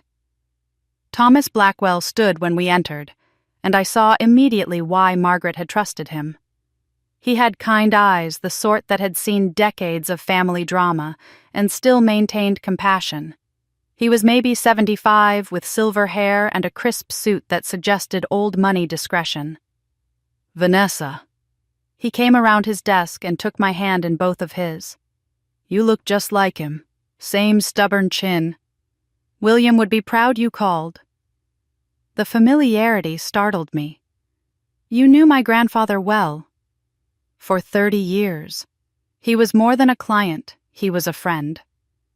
Thomas gestured for us to sit. I've been monitoring your situation from afar. Not invasively, I want to be clear, but attentively. Your grandfather left very specific instructions about when I was permitted to contact you. What kind of instructions? Thomas settled into his chair, steepling his fingers. I was to reach out only under certain conditions if you demonstrated independence from your father by initiating legal action to protect yourself or your children, or if 5 years passed since William's death, whichever came first. When you hired Jennifer Martinez, she ran a routine background check on the Hayes family as part of building your case. My name appeared in connection with your grandfather's estate. She called me 3 days ago. The timing is perfect, you've met the condition. My heart was pounding. What condition exactly? Thomas pulled a leather portfolio from a locked drawer in his desk. The leather was aged but well-maintained, embossed with my grandfather's initials. What your father filed with the probate court 5 years ago was a fabricated will. Oh, it was legal enough, properly witnessed, properly executed, but it wasn't the one William actually wanted followed. My father created a fake will. Daniel leaned forward. Not exactly fake, strategically incomplete. William anticipated Richard might suppress the true will, so we created 2 documents. The first was a decoy, a simple will leaving everything to my children to distribute equitably. Vague enough to give Richard legal cover to do whatever he wanted. The second was the real will held exclusively by me with very specific instructions. Thomas opened the portfolio. This is the will William Hayes actually wanted executed. He slid the document across the desk. It was thick, maybe 30 pages, with my grandfather's signature on multiple pages. I recognized his handwriting immediately, the same careful script he'd used to write me birthday cards. William's estate is substantial, Thomas said. The Hayes family mansion currently valued at $2.8 million. Hayes Holdings LLC, a small but profitable investment firm with approximately $4 million in managed assets. the William Hayes Charitable Foundation with $1.5 million in endowment, various accounts, properties, and investments totaling another $1.2 million. In total, nearly $10 million in assets. I couldn't breathe. $10 million. My grandfather had been wealthy, but I hadn't realized the extent. Thomas continued reading from the will. The entirety of my estate shall be held in trust administered by Thomas Blackwell for the benefit of my granddaughter Vanessa Hayes, born Vanessa Marie Hayes. Distribution of assets to Vanessa shall occur when she demonstrates the following conditions have been met. He looked up at me. There were 3 conditions, Vanessa. First, financial independence from Richard Hayes for a period of at least 12 months, evidenced by separate banking accounts, and no financial support received. I've been financially independent since I got married 7 years ago, I said. Daniel and I have never taken money from my father. Condition 1 met. Thomas made a note. Second condition, legal action taken to protect her interests or the interests of her children against family members, evidencing her willingness to prioritize safety over family approval. The CPS case. And we're considering charges against Emily for assault. Condition 2 met. Another note. Third condition, the beneficiary must be married or in a stable partnership, demonstrating she has built her own family support system outside the Hayes family dysfunction. Daniel squeezed my hand. Married 6 years. Condition 3 met. Thomas looked at me with something like pride. Vanessa, the estate is yours. Everything. Your father has been operating as if he controls it for 5 years, but legally he never did. The moment you initiated legal action to protect your son, you triggered the transfer of assets. The room spun. But why would my grandfather make it so complicated? Why all the conditions? Thomas leaned back in his chair, his expression softening with memory. Do you remember coming to him about 6 years ago asking to borrow money for your wedding? I nodded. He gave me $15,000. He said it was a gift, not a loan. After you left that day, William called me to his house. He was agitated, upset. He said, Thomas, I just watched my granddaughter apologize for needing help paying for her own wedding. She apologized to me, the one person in her family who actually loves her, because her father has conditioned her to believe she doesn't deserve anything. He was crying, Vanessa. This man who never showed emotion was crying over you. Tears blurred my vision. He told me he'd been watching for years, watching Richard control Patricia, watching Emily become entitled and cruel, but mostly watching you try desperately to earn love from people incapable of giving it. He said, Vanessa will spend her whole life trying to fix this family unless someone forces her to walk away. I'm giving her a reason to leave and the means to survive without them, but she has to be brave enough to break free first. Otherwise, the money will just be another chain. I was openly crying now. He knew I'd never leave on my own. He knew abused children often return to their abusers because leaving feels impossible. So he gave you a financial foundation, but only if you proved you could stand on it. The conditions weren't tests you could fail, Vanessa. They were milestones he knew you'd eventually reach. He was just making sure you couldn't claim the inheritance while still trapped in the family's dysfunction. Daniel wrapped his arm around my shoulders as I sobbed. All these years I'd thought my grandfather simply loved me. I hadn't known he'd been planning my escape. He loved you enough to make it hard, Thomas said gently. That's the deepest kind of love. But Richard Hayes had spent 5 years believing he'd successfully buried his father's will. And when he found out the truth, he'd make sure I understood exactly what challenging him would cost.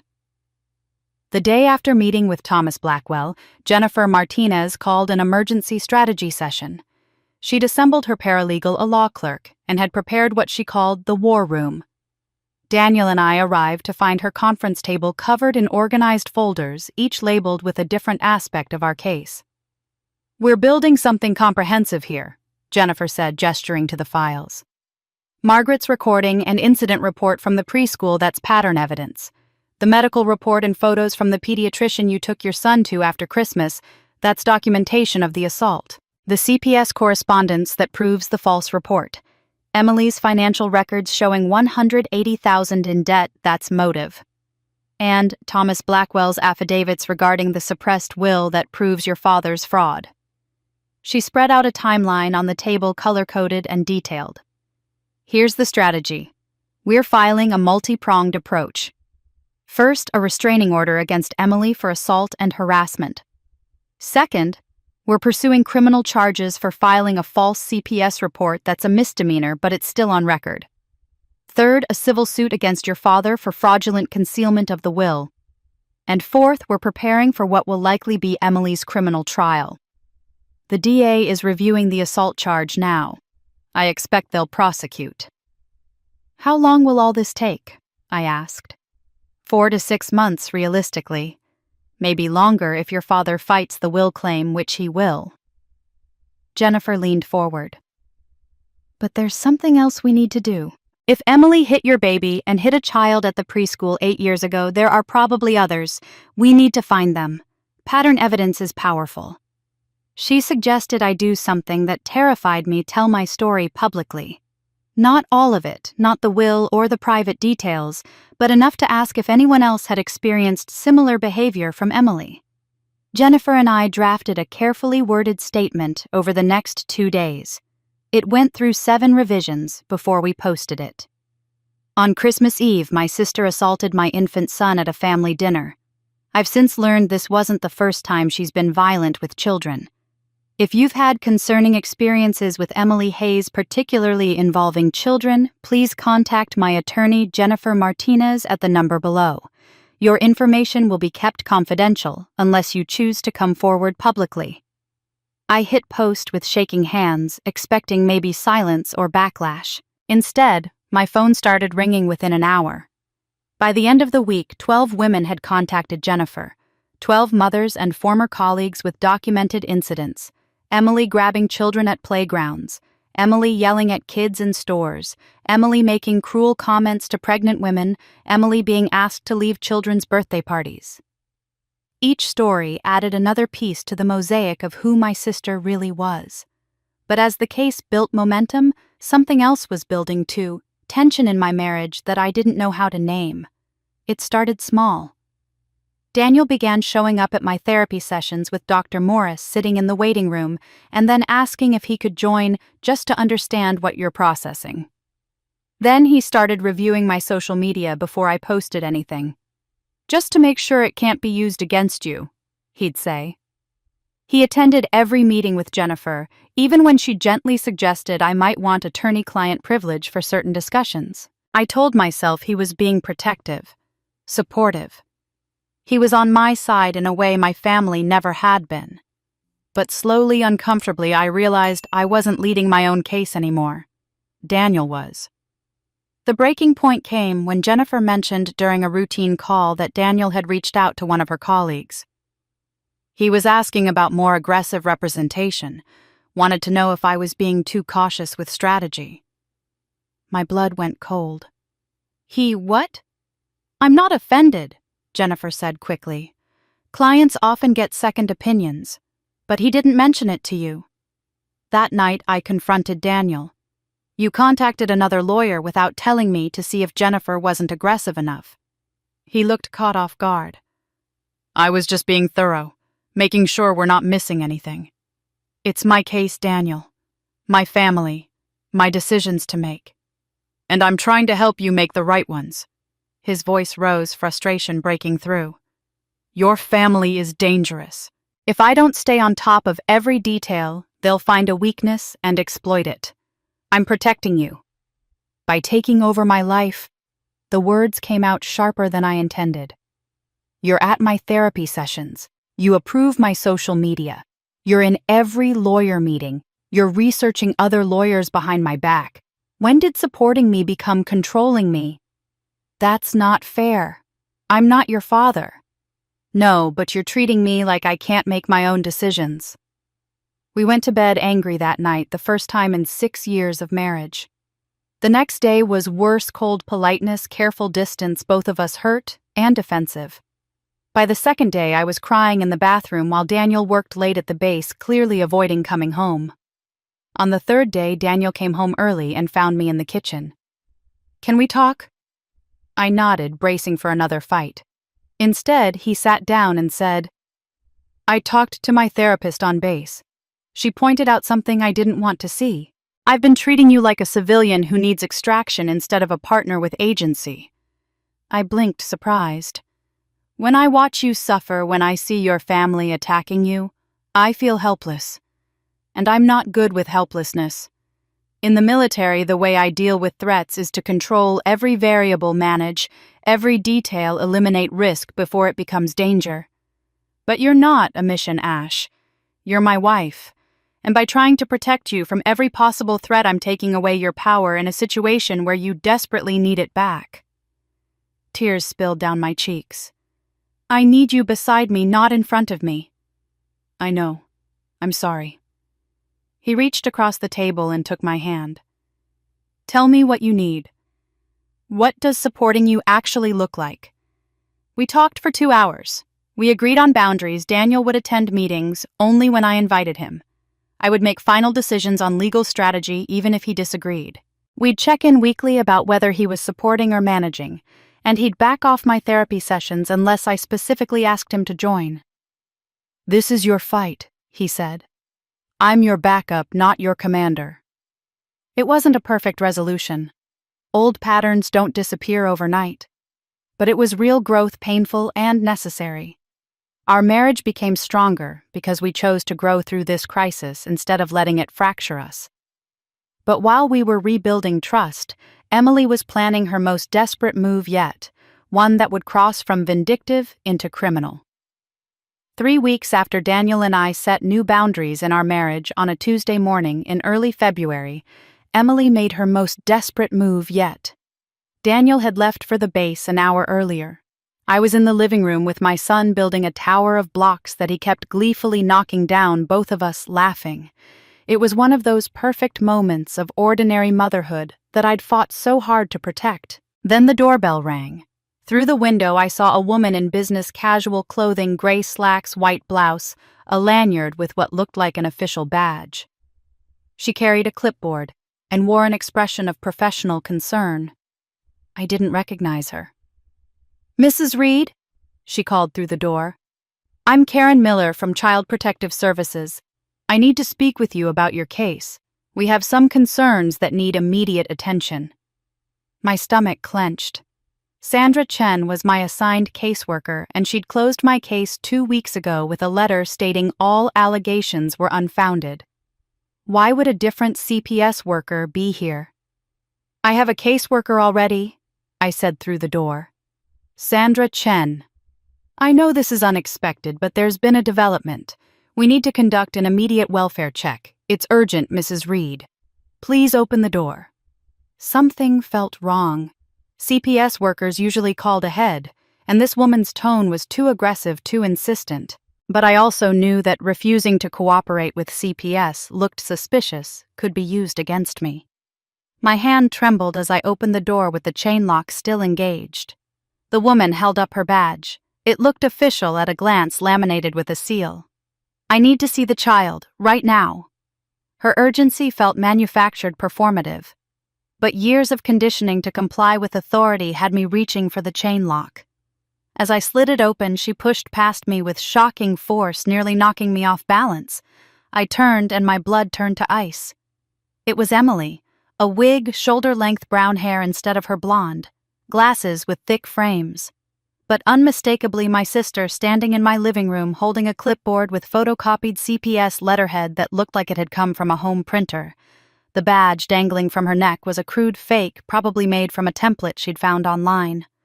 Her face was manic, desperate, her eyes too bright. "Emily, get out!" She lunged for my son and his playpen before I could finish the sentence. "He's not safe with you!" she screamed. "I'm taking him somewhere safe. Dad has a lawyer ready. You're an unfit mother, everyone knows it." Pure adrenaline overrode every other thought. I threw myself between Emily and my baby, my body a barrier. My son was crying now, terrified by the shouting and chaos. Emily grabbed my arm, trying to push me aside. I grabbed her wrist. We struggled a desperate, graceless fight in my living room.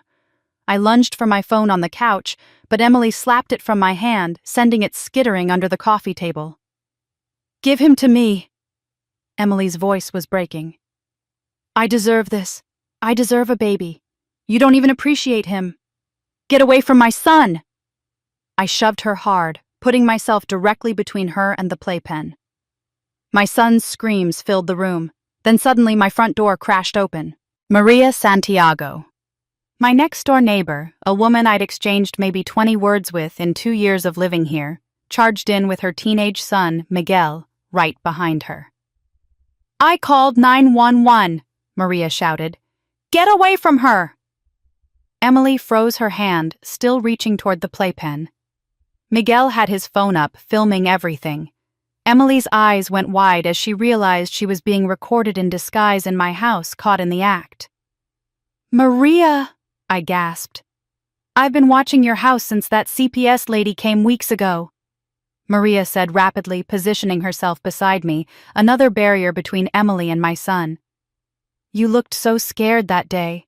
This morning I saw this woman sitting in a car outside your house for 20 minutes just watching. Then she put on that wig and walked up to your door. Something felt wrong." Miguel kept filming, his hands steady. "Got it all, Mom.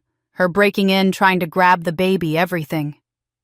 Emily looked at the phone, then at Maria, then at me. "You don't understand," she said, her voice cracking. "He needs me. She doesn't deserve—" Sirens wailed outside, growing louder. Emily bolted for the door, but 2 police officers were already coming up the walkway. She made it 3 steps onto my porch before they intercepted her. "Ma'am, stop right there," one officer commanded. Emily tried to run anyway. They caught her easily, and within seconds, she was in handcuffs, screaming, "You've always been jealous of me, Vanessa. You took everything from me. I just wanted a baby, just one thing that was mine." The raw agony in her voice was almost sympathetic. Almost. Except I was holding my terrified son, looking at the fake CPS badge she'd created, realizing how close I'd come to losing him. If Maria hadn't been watching, if Miguel hadn't filmed, if Emily had succeeded in getting him out the door. The police took statements from all of us. Miguel's video was damning Emily in disguise, forcing her way into my house, lunging for the baby, the struggle, everything. A detective arrived and reviewed the footage, then looked at me with something like respect. "Your neighbor might have saved your son's life, Mrs. Reed." Within an hour, my parents arrived. My father's face was already set in damage control mode. "Officers, this is clearly a misunderstanding. My daughter Emily has been under tremendous stress. She was worried about her nephew. She shouldn't have pretended to be from CPS. I understand that, but her intentions were good." The detective cut him off coldly. "Mr. Hayes, your daughter attempted to abduct a child using false government credentials. She violated a restraining order. Intention doesn't negate the crime. She's being charged with attempted kidnapping, criminal impersonation, and violation of a protective order." My mother stood silent, pale as death, looking between me and the police car where Emily sat handcuffed. I could see Patricia wanted to say something. Her mouth opened, closed, opened again. But no words came. She couldn't choose between us, so she chose silence. That night, I learned Emily was being held on $100,000 bail. Jennifer called, advising my father not to post it. Let her sit for a few days. It might be the wake-up call she needs. But of course, within 24 hours, Richard had posted the full amount. Emily was released with a GPS ankle monitor and orders to stay 500 feet away from me and my home. Emily's arrest should have been rock bottom, but I was about to discover that some families would rather burn their reputation than admit their golden child was broken, and Richard Hayes had matches ready. 2 days after Emily's arrest on Sunday morning, Daniel and I sat in our car outside First Community Church, debating whether to go in. "Oh, we don't have to do this," Daniel said. "Your family will be there. Emily might be there. That's exactly why we should go." But my hands were shaking on the steering wheel. First Community had been the Hayes family church for 40 years. My father served on the finance committee. My mother led a women's Bible study. We owned the third-row pew center aisle the way some families own cemetery plots. We walked in late during the opening hymn, and immediately I saw her. Emily. sitting in our family pew with our mother beside her. My sister was impeccably dressed, a modest navy dress, pearl earrings, hair styled perfectly. No wig, no disguise. Just Emily looking like the picture of wounded grace. Her makeup was flawless but subtle, designed to look natural while hiding any evidence of the chaos of the past 48 hours. She had a tissue in her hand that she dabbed at her eyes periodically. My father was conspicuously absent. Strategic, I realized. Sending his troubled daughter with his loyal wife made them look vulnerable, sympathetic. Richard Hayes didn't do anything by accident. We slipped into a back pew. Throughout the service, I watched people glance at Emily with expressions of concern and compassion. She played her role perfectly, head bowed during prayers, singing hymns with visible emotion, the picture of a woman seeking spiritual solace. During the coffee hour after service, I watched from across the fellowship hall as Emily worked the room. She approached people with that practiced, vulnerable script I could almost hear. "I'm so sorry for any concern I've caused. I've been going through such a difficult time with my fertility struggles. I made a mistake, but I'm getting help. All I wanted was to make sure my nephew was safe." And it worked. People hugged her. Older women patted her hand. A group of mothers from the nursery formed a protective circle around her, offering prayers and support. To them, Emily was a sympathetic figure, a woman struggling with infertility who'd made a poor decision out of misguided concern. They didn't know about the fake badge, the disguise, the attempted kidnapping. They only knew the story Emily was telling them. "We should leave," I said to Daniel. Before we could move, a woman's voice stopped us. "Vanessa Hayes. Could I speak with you for a moment?" Pastor Elizabeth Morrison stood before us, 60-something steel-gray hair, sharp eyes that missed nothing. She'd led this church for 15 years, and I'd always found her intimidating in the way that deeply competent people often are. "In my office, if you don't mind." We followed her down a hallway to a small room lined with bookshelves. Pastor Morrison closed the door and gestured for us to sit. "I saw the police report," she said without preamble. "I have a friend in the department who's concerned about how your family is spinning this. And I received a recording from Margaret Torres. She's a member here and asked if I'd be willing to listen to it given the situation." My throat tightened. "You heard it. The preschool incident." "Yes." Her expression was grave. "Vanessa, I need you to know that I believe you. And I need you to know that this church has turned a blind eye to the Hayes family's dysfunction for too long because of their donations and their status in this community. That ends today." I couldn't speak. Someone believed me. Someone in a position of authority was choosing me over the Hayes family narrative. "I'd like to give you the opportunity to address the congregation during announcement time," Pastor Morrison said. "You don't have to, but I think people need to hear the truth from you, not filtered through your family's version of events." My immediate instinct was to refuse, to avoid conflict, to keep my head down. But then I thought about my son growing up watching me be silent while his aunt destroyed our lives. I thought about the 12 mothers who'd come forward with stories about Emily. I thought about Margaret, who'd kept silent for 8 years and regretted every day of it.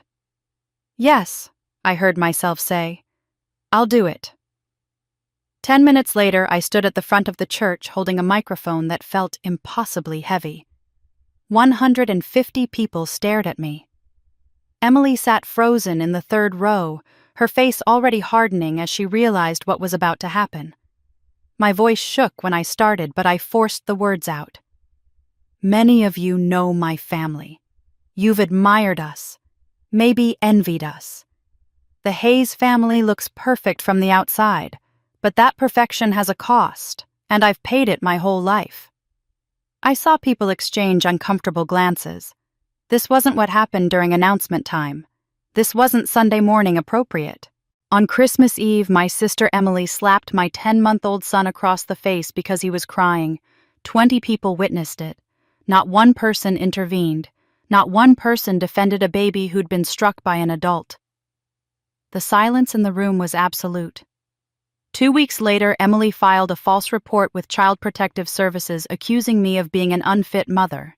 She used specific language designed to make me look unstable, dangerous to my own child. She was projecting her own violence onto me.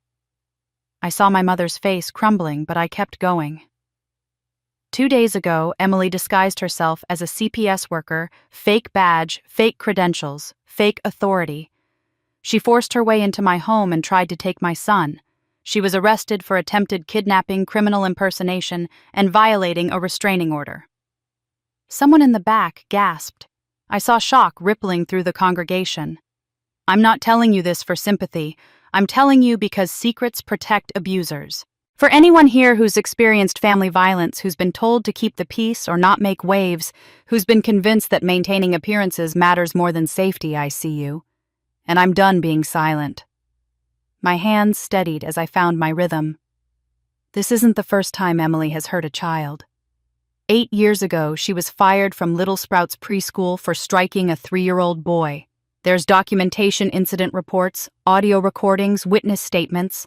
My father paid the preschool $50,000 to hide it, to destroy evidence, to ensure Emily faced no consequences. You're lying. Emily was on her feet, her face twisted with rage. The carefully constructed victim mask had shattered. You've always been jealous of me. You've always wanted what I have. I'm the one who suffered. You don't know what it's like to want a baby and not be able to have one. To watch everyone else get pregnant while you fail over and over. Her voice cracked into a scream. I deserved a baby. I deserved to be happy. And you got it without even trying. You don't even appreciate him. The outburst proved my point better than any evidence I could have presented. Emily's uncontrolled rage, her entitlement, her complete inability to see anyone's pain but her own, it was all on display for 150 witnesses. Pastor Morrison stepped forward, her voice firm but kind. Emily, I think you need to leave. This is my church. This is God's church. And right now, you need to go. Emily grabbed her purse and stormed toward the door, her heels clicking sharply against the tile. My mother stood looking at me with an expression I couldn't read.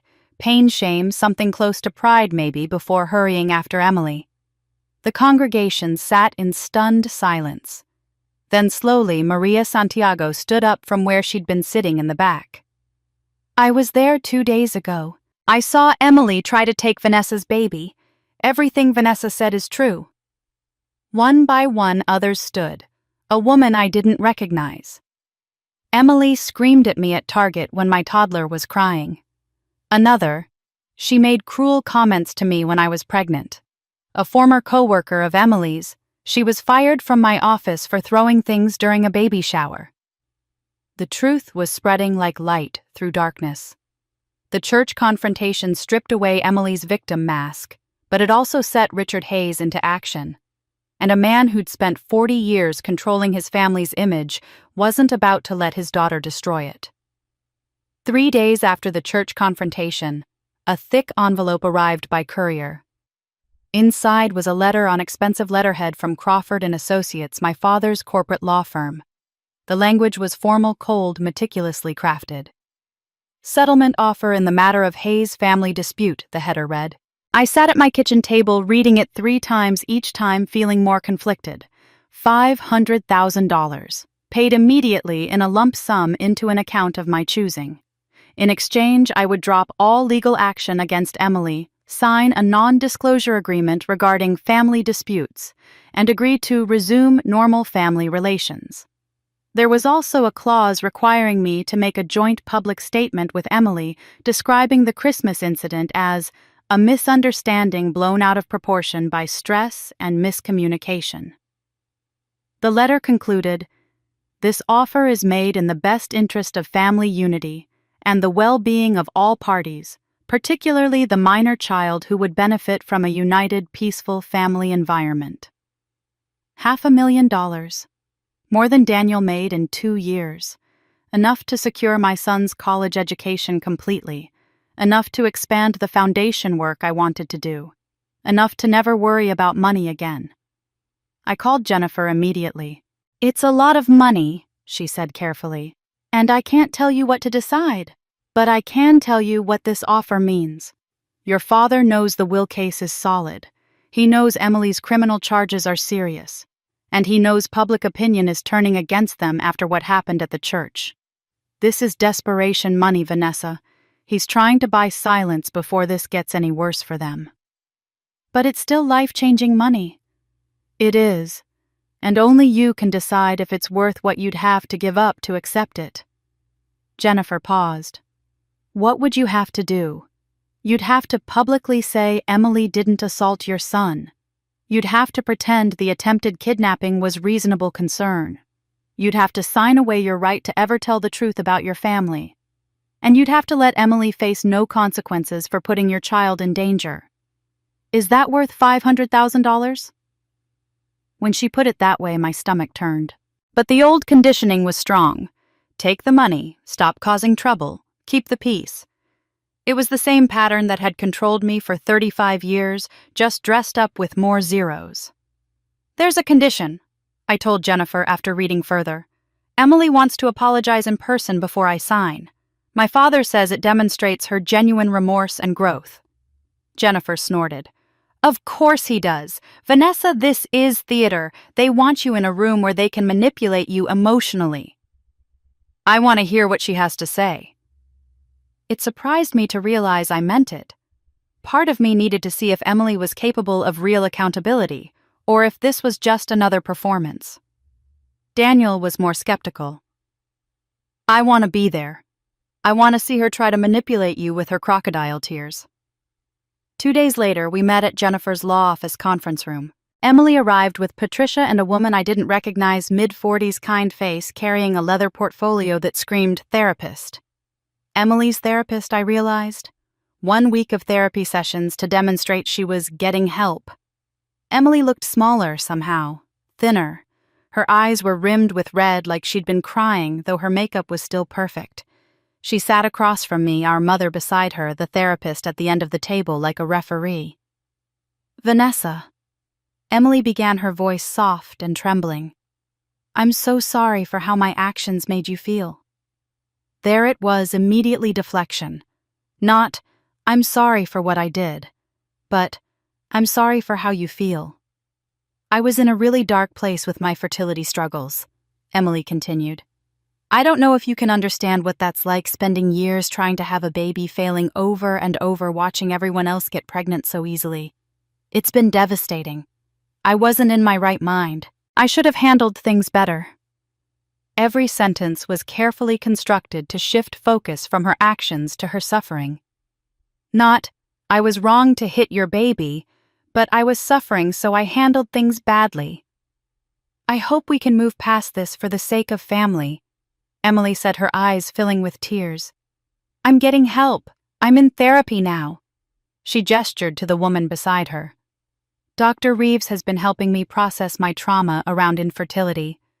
I'm working on better coping mechanisms. The therapist, Dr. Reeves, nodded supportively. Emily has been doing important work on understanding her trauma response. She's committed to growth and healing. 1 week. She'd been in therapy for 1 week, and now she had a professional validating her narrative. My mother spoke up, her voice pleading. We all make mistakes, Vanessa. Emily is getting help. She's trying to be better. Isn't that what matters, that she's willing to change? I looked at my sister, really looked at her. She was in pain, that much was real. Years of failed IVF, mounting debt, watching me have the one thing she desperately wanted. I understood that pain now in a way I hadn't before, but understanding pain didn't excuse violence. Sympathy for her suffering didn't erase what she'd done to my son. No, I said quietly. Emily blinked. What? I don't accept your apology, and I won't sign the settlement. The room went silent. Emily's face shifted from vulnerable to confused to angry in the span of seconds. Are you serious? Her voice rose. $500,000 and you're saying no. Do you know what I could do with that money? What you could do with it? This isn't about money, Emily.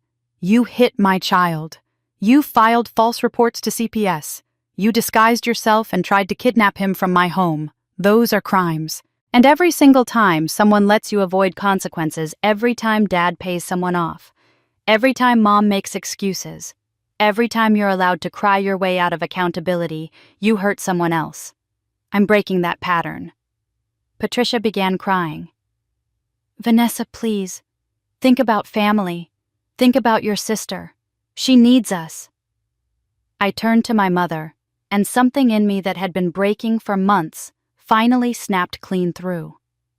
I am thinking about family, Mom. My family. My son. The family I'm building with Daniel. That's who I protect now. Not the family that enabled my abuse. Not the family that values reputation over safety. My son deserves better than that. I stood up. Emily's therapist looked uncomfortable. Jennifer had her poker face on, but I saw approval in her eyes. Emily played her final card, her voice sharp with bitterness. You're doing this because you're jealous. You've always wanted what I have.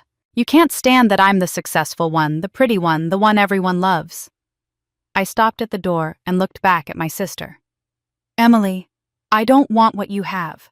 I want you to get help, real help, not 1 week of therapy to manipulate a settlement meeting. I want you to stop hurting people. But that's not my responsibility anymore. That's yours. I walked out. Daniel followed. Jennifer stayed to handle the formalities of rejecting the settlement. In the car, Daniel took my hand.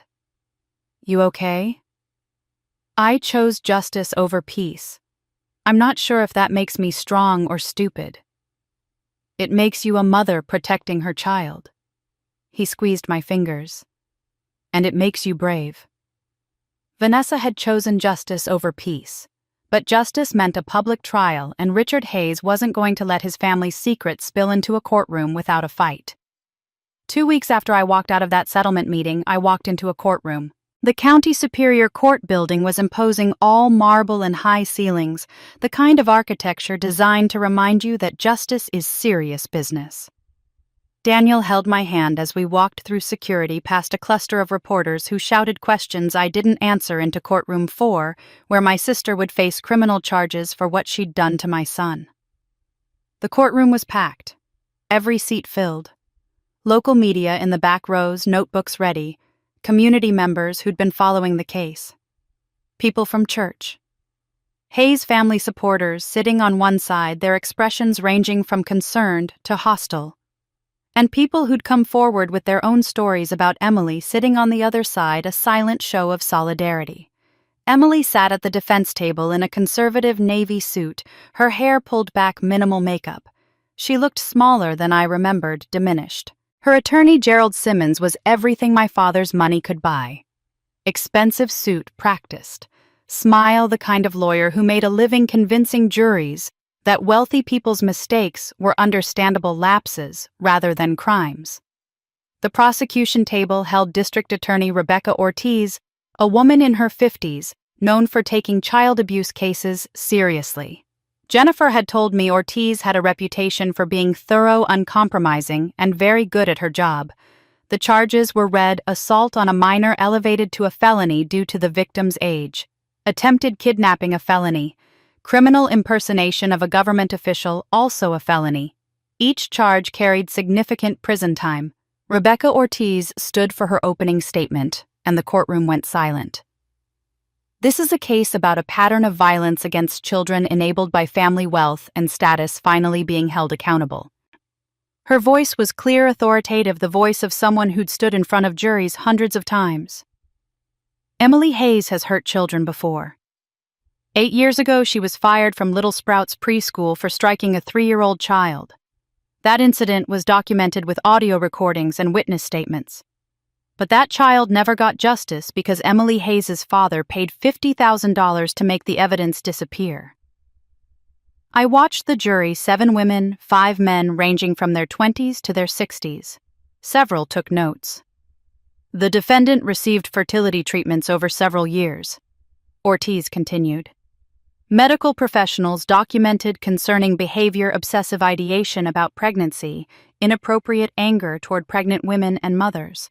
A fertility clinic banned her after she verbally attacked a pregnant patient in their waiting room. The pattern was clear. Emily Hayes had developed dangerous, irrational hostility toward children and the women who have them. Ortiz walked closer to the jury box. On Christmas Eve, surrounded by 20 witnesses, Emily Hayes struck her 10-month-old nephew across the face with enough force to leave a visible mark.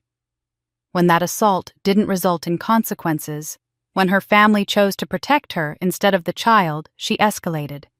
She filed a false report with Child Protective Services accusing the baby's mother of abuse.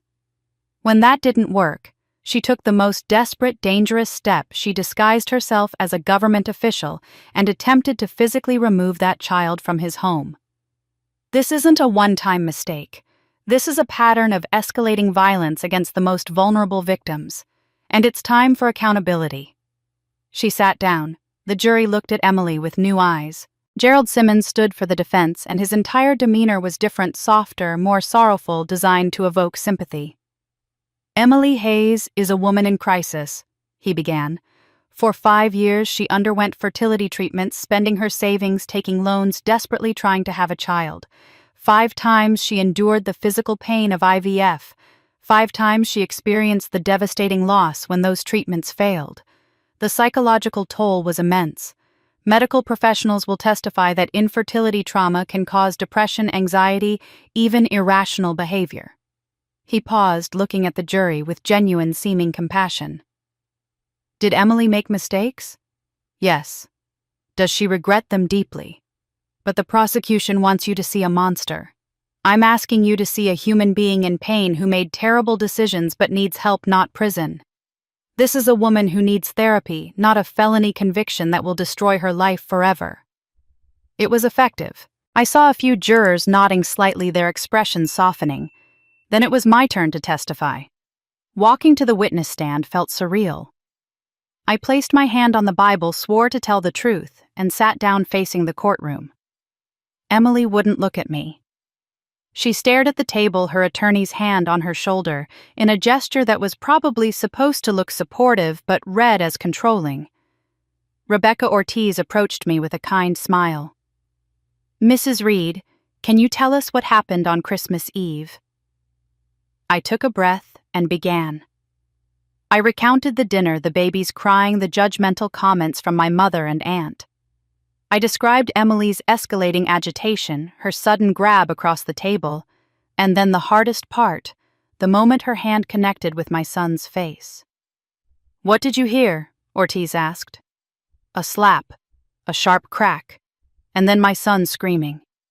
Not crying, screaming. The sound a baby makes when they're hurt and frightened. What did you see?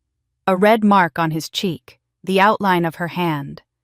It faded within a few hours, but it was unmistakably there. Ortiz entered the photos I'd taken that night into evidence. The jury passed them around. I watched their faces as they looked at my son's tiny face with that angry red mark. What did the other 20 people in that room do? Ortiz asked. Nothing. They looked away. My father told me not to make a scene. My mother said I was being too sensitive. Not one person defended my child. When I finished the direct examination, Gerald Simmons stood for cross-examination. I braced myself. Mrs. Reed, isn't it true that you've always felt overshadowed by your sister? Yes. He looked surprised I'd admitted it. So there's been tension between you for years. There's been inequality for years. Emily was favored. I was overlooked. That doesn't make what she did to my son acceptable. Isn't it true your husband has a history of aggressive behavior, that he threatened to call the police on Emily? My husband defended our child when no one else would. He documented an assault and said he'd report it if Emily didn't leave. That's protective, not aggressive. Simmons changed tactics. Isn't it convenient that all of this comes up right when there's a dispute about your grandfather's will? A will that supposedly leaves you millions of dollars. My jaw tightened. The will has nothing to do with this case. Emily hurt my child. I would be here regardless of money. Would you stand by and watch someone assault your child and do nothing because there was money involved? Your Honor, Simmons started. I'll allow it, the judge said. The witness may answer. I'm here because my sister is dangerous, I said clearly. Because she hurt my baby and then tried to take him from me. Money doesn't change those facts. I didn't lose my composure. I didn't cry or get angry. I just told the truth, and I could see it landing with the jury. During a break, I held my son while Daniel got me water. The jury watched me with him, watched how he reached for me, how he smiled and babbled how clearly loved and cared for he was. It was better than any testimony. The afternoon brought Margaret Torres to the stand. She authenticated the recording, walked through the incident report, and explained the settlement my father had paid. Her voice shook, but she didn't back down. I've regretted signing that NDA for 8 years, she said. I let money silence me. That child deserved better. Every child Emily has been near since deserved better. Then Rebecca Ortiz played the audio recording. The courtroom went silent as a 3-year-old's crying filled the space. Emily's voice escalating from annoyed to furious. Then the slap, unmistakable, sharp, violent. The child's scream of pain. I said stop crying! Emily's voice on the recording, harsh and cruel. Another voice. Emily, what did you, oh my God. I watched the jury. 3 women had tears in their eyes. A man in the back row looked at Emily with undisguised disgust. Even the sympathetic ones looked troubled. Gerald Simmons tried to attack Margaret's credibility on cross-examination. You violated a legal NDA. You broke your word. Doesn't that make you untrustworthy? Margaret looked at him steadily. I'm untrustworthy for keeping the secret for 8 years. I'm trying to be trustworthy now by finally telling the truth. The defense tried to argue the recording was too old to be relevant, but the judge ruled that pattern evidence was admissible. The recording stayed in. By the end of day 1, Emily sat at the defense table with her hands shaking, her face pale. The prosecution had established everything they needed. Emily had hurt children before she'd been protected by family money, and Christmas Eve wasn't an isolated incident, but part of a pattern. Day 1 had been devastating, but day 2 would bring witnesses no one expected, including community members who'd stayed silent for years, and one person who would break Richard Hayes' control forever. Day 2 began with Rebecca Ortiz calling Maria Santiago to the stand. My neighbor, the woman who'd saved my son by calling 911 during Emily's attempted kidnapping, walked to the witness box with her head high. But what she testified about wasn't just that day, it was 3 other incidents spanning the past 5 years. I've seen Emily Hayes at our neighborhood playground multiple times, Maria said. The first incident was about 4 years ago. A toddler wouldn't share a toy with Emily when she tried to play with him. Emily grabbed the child's arm hard enough to leave bruises. The mother was horrified, but Emily said the child needed to learn manners. The mother reported it to playground staff. What happened after that? Rebecca asked. A few days later, Richard Hayes showed up at the mother's house. My husband and I live across the street. We saw him.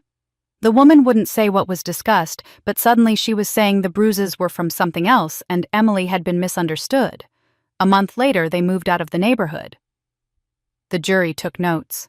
Maria described 2 more incidents: Emily yelling at children who were too loud, Emily following a pregnant woman around the playground making pointed comments about people who don't appreciate what they have. I should have done more, Maria said, her voice breaking. I should have warned Vanessa years ago, but the Hayes family has so much power in this town. I was afraid. Next came a woman named Jennifer Park, who'd worked with Emily at a marketing firm 3 years ago. She described a baby shower for a pregnant coworker that had ended in chaos. Emily seemed fine at first, but as the pregnant woman opened gifts and everyone fussed over her, Emily got quieter and quieter. Her face was red. Then, when someone handed the mother-to-be a particularly nice gift, a handmade quilt, Emily stood up, grabbed it out of her hands and said, "You don't even want this baby. You complained about being pregnant for months."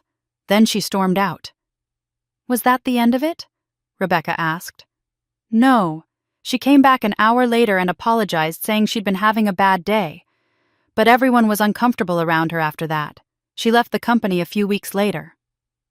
Witness after witness took the stand. A pediatrician's nurse named Claire Watson described bringing concerns about bruising on a child Emily had been babysitting. The explanation didn't match the injury pattern. We called CPS as mandated reporters. But the investigation was closed within days. Later, I learned Hayes' family lawyers had intervened. Each testimony added another piece to the pattern. Emily at birthday parties, grocery stores, parks, anywhere children were present, becoming agitated, aggressive, inappropriate. And in every case, someone had seen something wrong but hadn't reported it, or had reported it only to be silenced by the Hayes family's influence and money. But what devastated me most were the written statements Rebecca submitted 8 more women who couldn't attend court but wanted their experiences documented. The prosecutor's paralegal read them aloud, her voice steady but her hands shaking. One statement was from a woman at Emily's gym who'd been 7 months pregnant.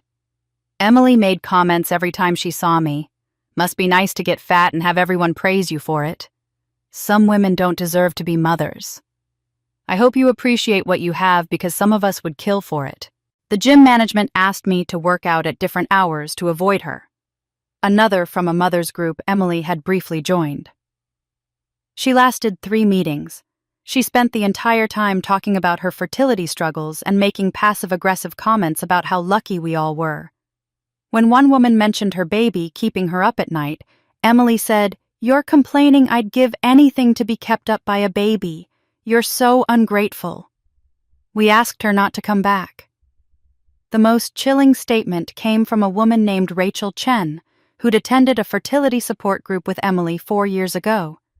The paralegal read it in a careful, measured tone that made the words even more disturbing. Emily fixated on another group member who got pregnant naturally after years of being told it was impossible.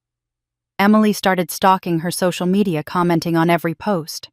Then she showed up at the woman's house uninvited, saying she just wanted to see if it was really true.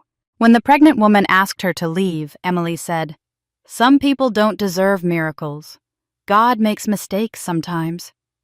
The woman got a restraining order. Our group leader expelled Emily for creating an unsafe environment. The courtroom was silent. This wasn't about Christmas Eve anymore. This was about years of escalating behavior documented across different contexts and situations, always centered around children and pregnant women. Gerald Simmons tried to recover during his cross-examination of the later witnesses, suggesting they were coordinating stories or seeking attention. But the dates were documented, the incidents were consistent, and the witnesses' discomfort was genuine. These weren't people seeking spotlight. They were people carrying guilt about their silence. When Maria Santiago was recalled for a final question, she broke down completely. "I should have knocked on Vanessa's door years ago. I should have told her I was watching, that I believed her, that she wasn't alone. I was a coward. I'm trying to be brave now." The jury watched 12 women testify and heard statements from 8 more. 20 women total spanning a decade, all with the same story.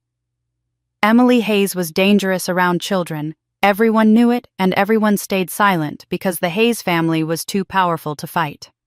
By the end of day 2, Emily sat at the defense table with tears streaming down her face, her attorney's arguments in shambles. Gerald Simmons had tried to paint this as a one-time breakdown, but the evidence showed it was a pattern documented, consistent, undeniable. 12 women had spoken. But the testimony that would truly break the Hayes family's facade would come from someone inside the family itself, someone who'd been silent for 35 years. On the morning of day 3, Rebecca Ortiz stood and said 4 words that made the entire courtroom gasp. "The prosecution calls Patricia Hayes." My mother walked from the gallery to the witness stand. My father, sitting in the courtroom for the first time since the trial began, went white. Emily turned to stare at our mother with an expression of complete betrayal. The judge looked at my mother carefully. "Mrs. Hayes, you understand you have spousal privilege. You cannot be compelled to testify against your husband regarding private marital communications." My mother's voice was steady in a way I'd never heard before. "I understand, Your Honor. I'm choosing to waive that privilege." Gerald Simmons shot to his feet. "Your Honor, this is a surprise witness. We weren't notified." "The witness has the right to waive privilege," the judge said firmly. "I'm allowing the testimony. Proceed." My mother looked at me, then sitting in the front row with Daniel. She mouthed 2 words, "I'm sorry." Then she turned to my father and her face changed, hardened into something I'd never seen. Resolve, defiance, freedom. Rebecca Ortiz approached the stand. "Mrs. Hayes, how long have you been married to Richard Hayes?" 37 years. "Can you describe your marriage?" My mother took a breath. For the first few years, it was good. But slowly, Richard began controlling everything. The finances, I had to ask permission to spend money on groceries. My friendships, he'd criticize my friends until I stopped seeing them. My opinions, he'd belittle them in front of others, call them cute or naive, until I stopped sharing them. By the time Emily was born, I'd learned to defer to Richard on everything, especially the children. "Can you describe Richard's relationship with your daughters?" "Emily could do no wrong. Vanessa could do nothing right." My mother's voice cracked. When Vanessa was 7 and Emily was 5, Emily pushed Vanessa down the stairs. Vanessa broke her arm. Richard told the hospital it was an accident and warned me never to say otherwise. When Vanessa was 12, Emily destroyed Vanessa's science fair project the night before competition, cut it up with scissors out of jealousy. Richard bought Emily a new dress that same week. I sat frozen, hearing these stories for the first time. My broken arm that I'd been told was my own clumsiness. My destroyed project that I'd been told to get over. "I wanted to protect Vanessa," my mother continued, tears streaming now. "But Richard controlled everything. If I challenged him, he'd threaten divorce, threaten to take the girls. He'd tell me I was too emotional, too soft. Over time, I stopped fighting. I became complicit in my own cowardice." Rebecca Ortiz walked her through the preschool incident. My mother described how Richard hadn't just paid for silence. He'd threatened to destroy the preschool to ensure they lost their license, to ruin them completely. They were terrified, and I said nothing. She revealed the anonymous money she'd been sending the education fund I'd only recently discovered. It was the only way I could help without Richard knowing. I thought maybe if I gave Vanessa a nest egg she could escape. But I should have done more. I should have been brave. "Mrs. Hayes," Rebecca asked gently, "what made you come forward now?" My mother looked at Emily, who sat weeping at the defense table. "When Emily tried to take Vanessa's baby, I realized I'd created this. By protecting Emily from consequences, by enabling Richard's control, I taught Emily that violence has no price. I watched my daughter become her father, entitled, cruel, unable to accept no. And I watched Vanessa become me, silent, afraid, trying to earn love from people incapable of giving it." She turned to me. "But then Vanessa did something I never could. She stood up, she said no, she fought back. And I realized if I don't help her now, I'm still the coward I've always been. I'm 62 years old. I've wasted most of my life being afraid. I don't want to die a coward." I was sobbing. Daniel's arm was around me, holding me upright. Gerald Simmons tried to paint my mother as a bitter wife seeking revenge, but she deflected every attempt with calm sadness. "I don't hate Richard. I pity him. He valued reputation over love, control over connection. He's lost both his daughters now because he couldn't love either of them the way they deserved." The jury was crying. The judge dabbed her eyes. Even the court reporter looked shaken. When my mother stepped down, she walked past my father without looking at him. She stopped at my seat and pulled me into a hug. "I'm so sorry," she whispered. "I'm so sorry for everything." Thomas Blackwell met her at the courtroom door. He'd been helping her prepare for this moment, helping her file for divorce, securing her a safe place to stay away from my father. My father sat alone in the courtroom, watching his empire crumble powerless for the first time in his life. Patricia's testimony had exposed the rot at the heart of the Hayes family, but it would take 4 more weeks for the jury to decide if Emily would finally face justice or if privilege would protect her one last time. 4 weeks after my mother's testimony, I sat in that same courtroom waiting for the verdict. 4 weeks of waiting, wondering, oscillating between hope and dread. The jury had been deliberating longer than anyone expected. Jennifer told me that was either very good or very bad. It meant they were taking it seriously, but it also meant at least some jurors were struggling with the decision. The courtroom was even more packed than it had been during the trial. National media had picked up the story after my mother's testimony went viral, a woman testifying against her own husband and daughter, exposing decades of family dysfunction. Cameras weren't allowed inside, but I could see reporters filling every available seat, notebooks ready. My mother sat on my side of the courtroom, now in the row behind me.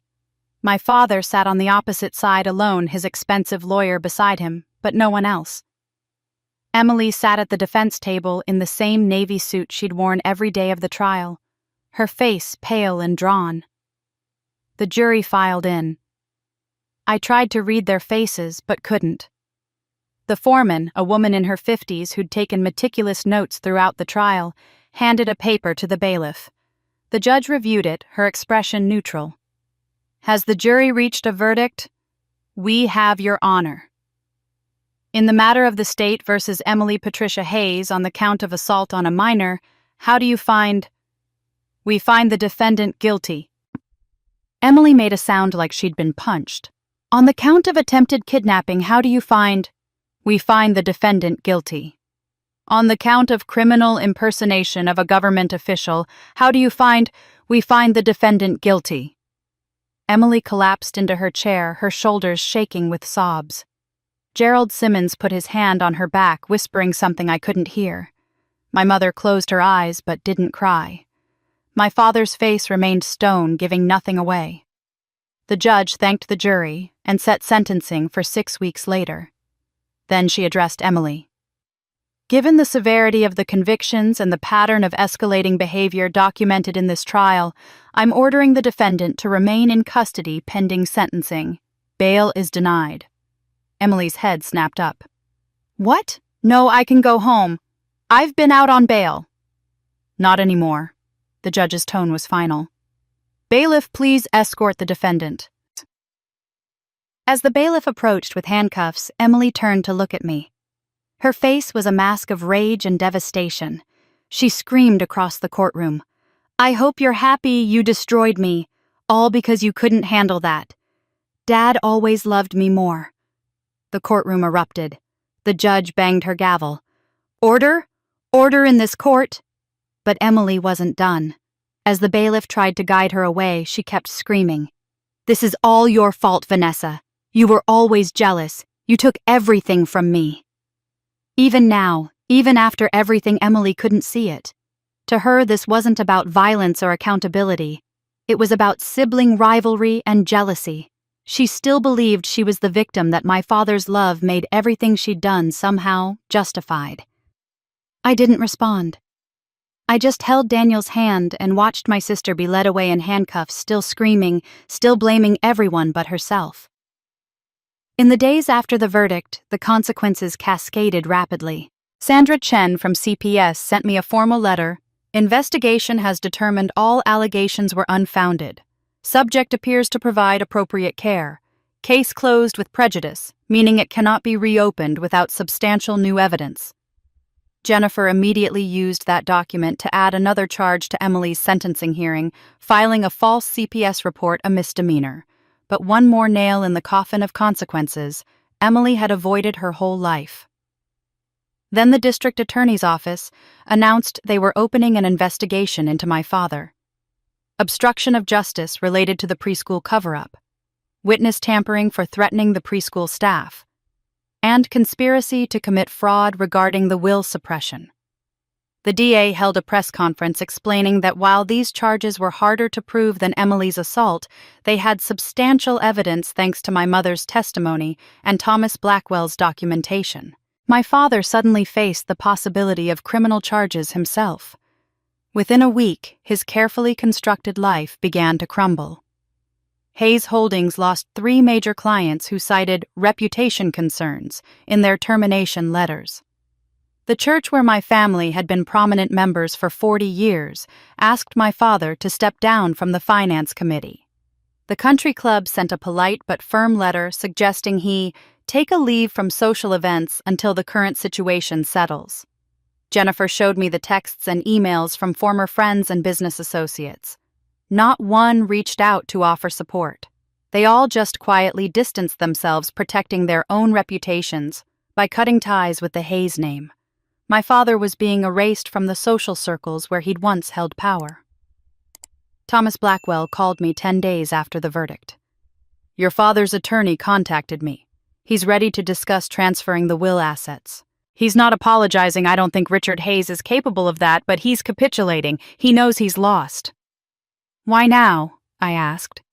"Because continuing to fight will cost him legal fees he can't afford anymore.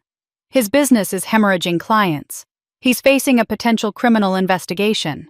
And he's finally realized the reputation he sacrificed everything to maintain is gone anyway." So my father was giving up.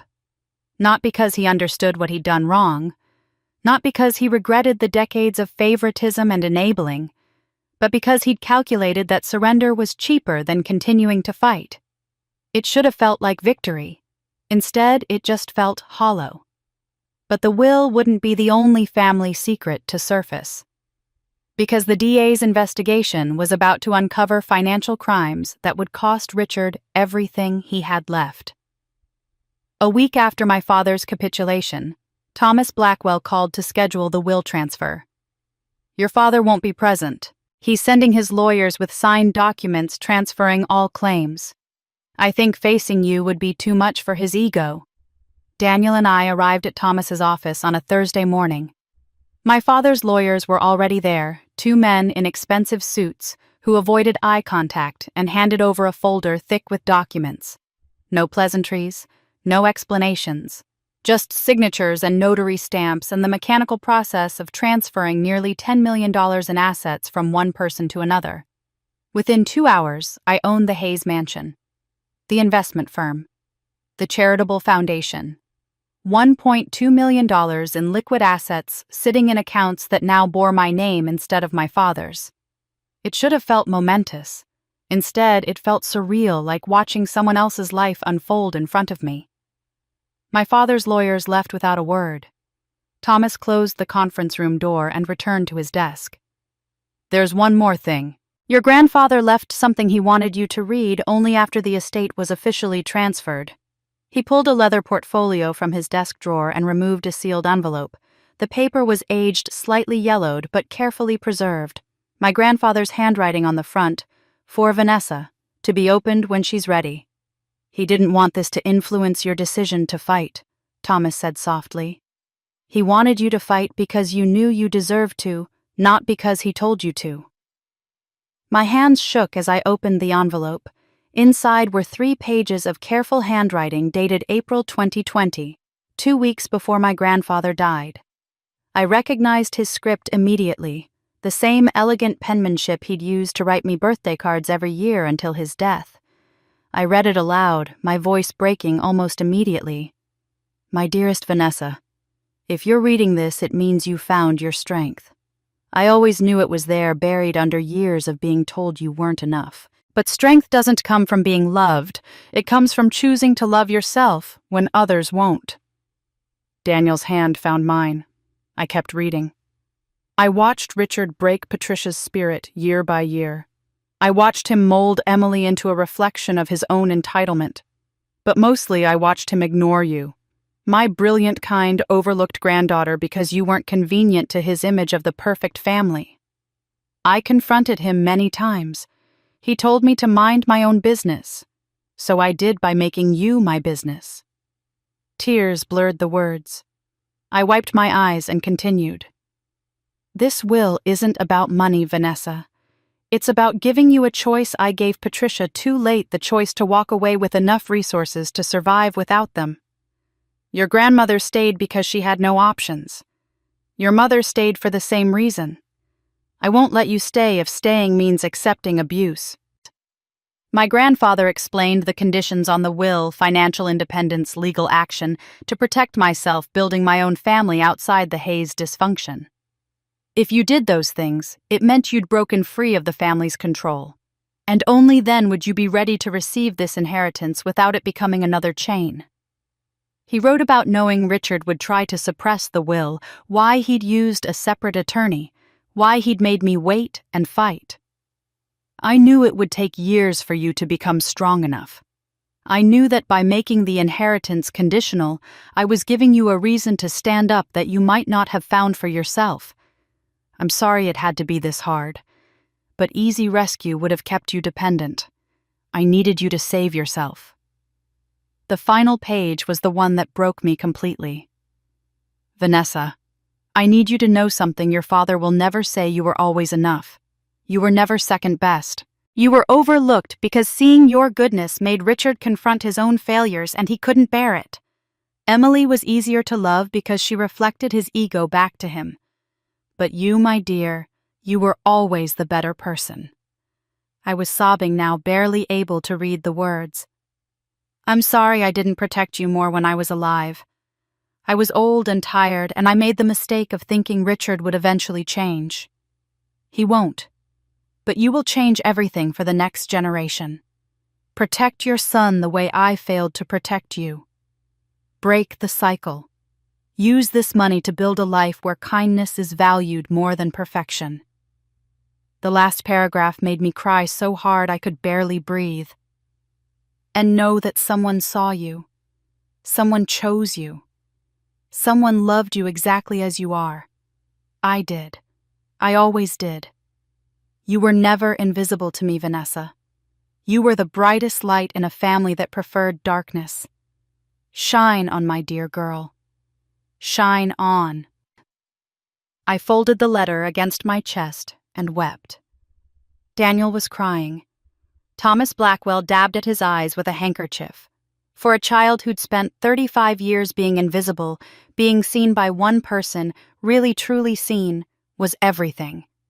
My grandfather had given me more than money. He'd given me validation, proof that I wasn't crazy, wasn't oversensitive, wasn't wrong to feel hurt by my family's treatment. Someone had witnessed my pain and believed it mattered. I'm naming the foundation after him, I said when I could finally speak. The William Hayes Foundation for Survivors of Family Abuse. That's what this money will do. Help other people escape families like mine. Thomas smiled. He would have loved that. Vanessa had her grandfather's blessing and her inheritance. But Richard Hayes still had one card to play, and when it was revealed, it would cost him everything he'd spent 40 years building. 2 weeks after reading my grandfather's letter, Jennifer forwarded me another envelope. This one had been opened and read already. Jennifer's job was to screen Emily's correspondence from jail before passing anything to me. She's written you 6 times, Jennifer said on the phone. The first 5 were not good. Manipulative, self-pitying, some were threatening. I documented all of them for the sentencing hearing. But this one is different. I think you should read it. The envelope was thick, 11 handwritten pages on lined paper from a legal pad. Emily's handwriting instantly recognizable, despite the shakiness that came from writing without a desk. I sat at my kitchen table with Daniel beside me and began to read. I don't expect you to forgive me. I don't even know if I'll send this. But my therapist here, court-ordered but actually helpful, says I need to write out my truth even if no one ever reads it. So this is me trying. The first 3 pages described her infertility journey in excruciating detail. The hope of each IVF cycle, carefully managing expectations, while unable to stop herself from imagining baby names, nursery colors the life she'd have. The crushing disappointment of each negative test, the way it felt like dying over and over. The physical pain of hormone injections, the bloating, the mood swings, the way her body felt like it was betraying her. The financial stress of watching her savings disappear into treatments that didn't work. The shame when friends announced pregnancies easily the way she had to force herself to smile and congratulate them while dying inside. I know this doesn't excuse anything, Emily wrote. But you asked me once why I hated you, and the truth is I didn't hate you. I hated that you got pregnant without even trying. I hated that you got the life I desperately wanted. I hated that you seemed to get happiness without suffering for it the way I suffered. It was the first time she'd acknowledged the real source of her violence. Not stress, not mental illness. Jealousy. Pure, consuming jealousy. The next section made me put the letter down for a moment to breathe. The preschool incident, I remember it differently than the recording sounds. In my memory, that kid was deliberately defiant, purposely pushing my buttons, trying to make me look bad. But I listened to the recording in court. That child was just being a child. And I hit him because I couldn't control my frustration. That's happened more times than I can count, me reinterpreting situations to make myself the victim and others the aggressors. She was admitting to a pattern of distorting reality to justify her behavior. That was huge. That was something I'd never expected to hear from Emily. Your baby crying at Christmas? It triggered something in me that wasn't rational. I saw you holding him, calming him, being a mother so naturally, like it was easy for you, like you didn't even appreciate how lucky you were. And I snapped. I wanted to hurt him to hurt you. I wanted you to feel as powerless as I felt. My hands shook holding the pages. She was admitting she'd deliberately wanted to hurt my son to hurt me. Not an accident. Not a loss of control. A deliberate act of cruelty born from jealousy. The CPS report the kidnapping attempt, those were escalations. Each time you didn't back down, I got more desperate. I told myself I was protecting a child, but really I was trying to take yours away because I couldn't have my own. That's sick. I'm sick. I'm finally admitting it. Daniel squeezed my hand. You okay?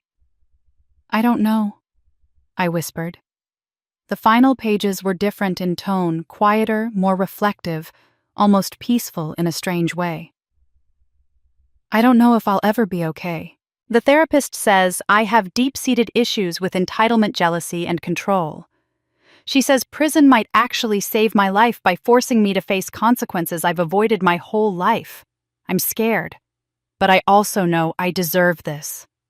I had to stop and wipe my eyes. My sister, my terrible, damaged, dangerous sister, was finally taking responsibility. You were right to press charges. You were right to refuse the settlement. You were right about all of it. I'm writing this because I need you to know this isn't your fault. You didn't provoke me. You didn't make me do anything. I did this. And I'm sorry, really, truly sorry. Not sorry I got caught, but sorry I hurt your baby and tried to destroy your life. The apology felt genuine in a way nothing from Emily ever had before. You deserved a sister who celebrated your motherhood.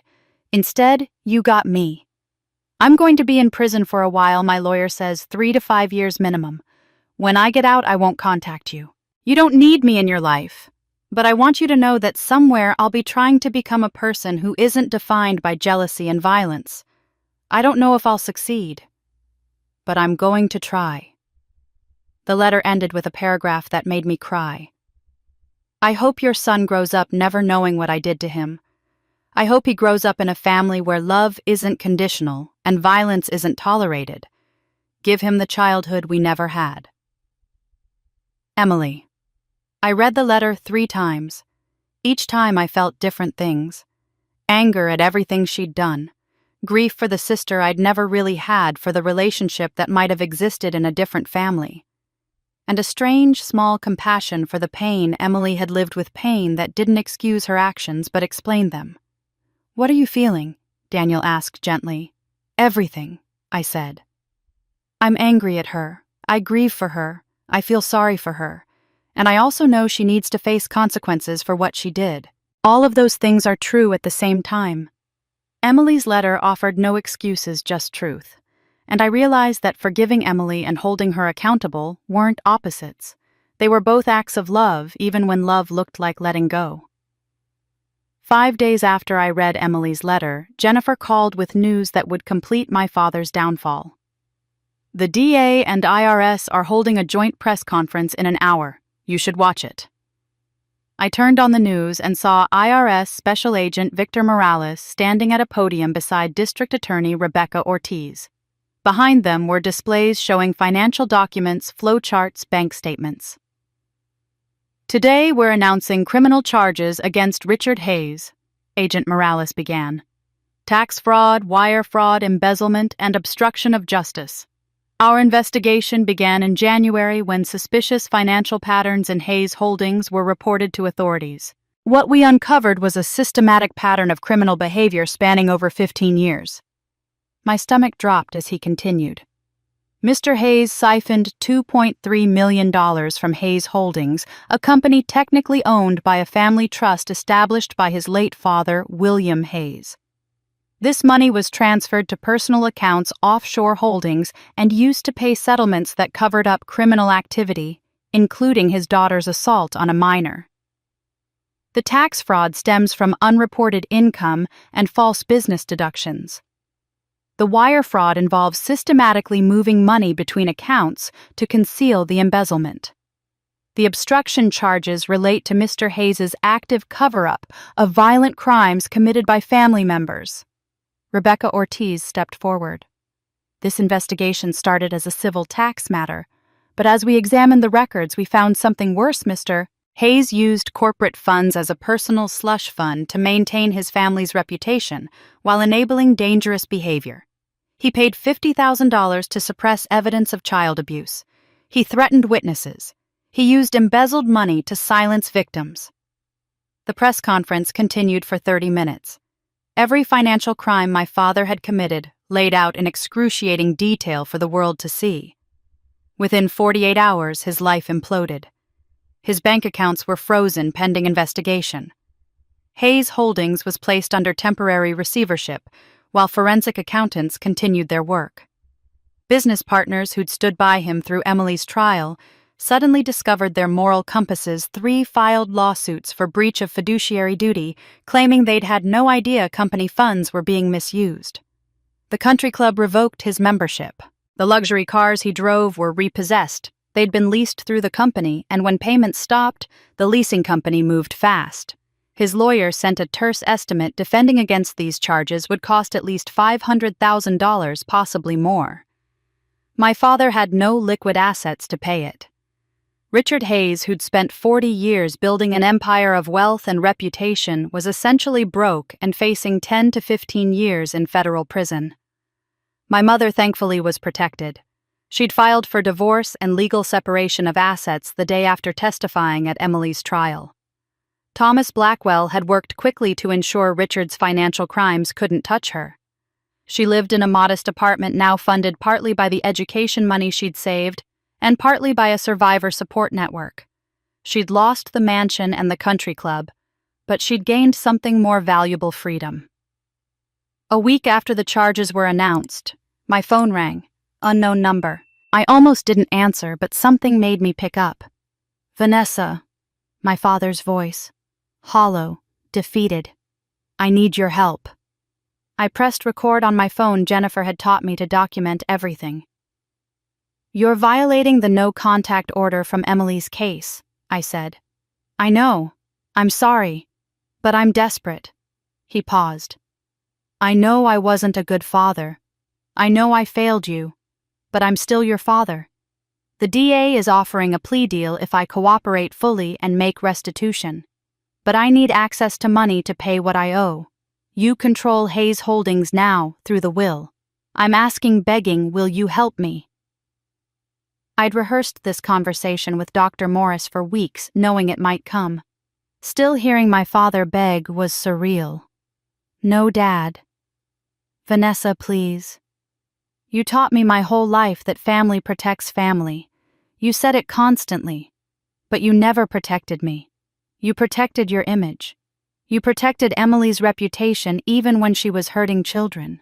You paid to cover up crimes. You threatened people who tried to hold her accountable. And now you want me to rescue you from the consequences of your own choices." I made mistakes. You made choices. Deliberate, calculated choices. And now, you want me to enable you the way Mom enabled you for 30 years, the way you enabled Emily her whole life. I won't do it." His voice cracked. "You'd let your own father go to prison. You're sending yourself to prison, Dad. These are your crimes, your choices, your consequences. I took a breath, keeping my voice steady. Not because I hate you, I don't. But because enabling you would make me just like Mom was for 3 decades. You need to face what you've done. Maybe that's the only way you'll ever understand what you cost us. Vanessa. I hung up. My hands were shaking, but my heart was calm. Jennifer called 10 minutes later. He called you, didn't he? I got an alert from the monitoring system. I recorded it. Good. That helps document his harassment. He's desperate, Ash. Cornered. Be careful. But I wasn't afraid anymore. My father had no power left. No money to pay lawyers. No reputation to weaponize. No family to manipulate. He sat in a cheap motel room somewhere. Jennifer had told me he couldn't afford anything better, and for the first time in his life he had nothing. No empire, no control. No one left to blame but himself. Richard's empire had crumbled. Emily was facing years in prison, and I finally had everything my grandfather intended. But winning the war didn't mean the healing was finished. That would take something harder than fighting. When the judge's gavel fell in the previous hearing and the courtroom emptied around me, I felt something I hadn't felt in months' stillness. Not peace, not triumph, just a steady, grounded stillness, like the floor beneath me had finally stopped shifting. But that stillness didn't last long.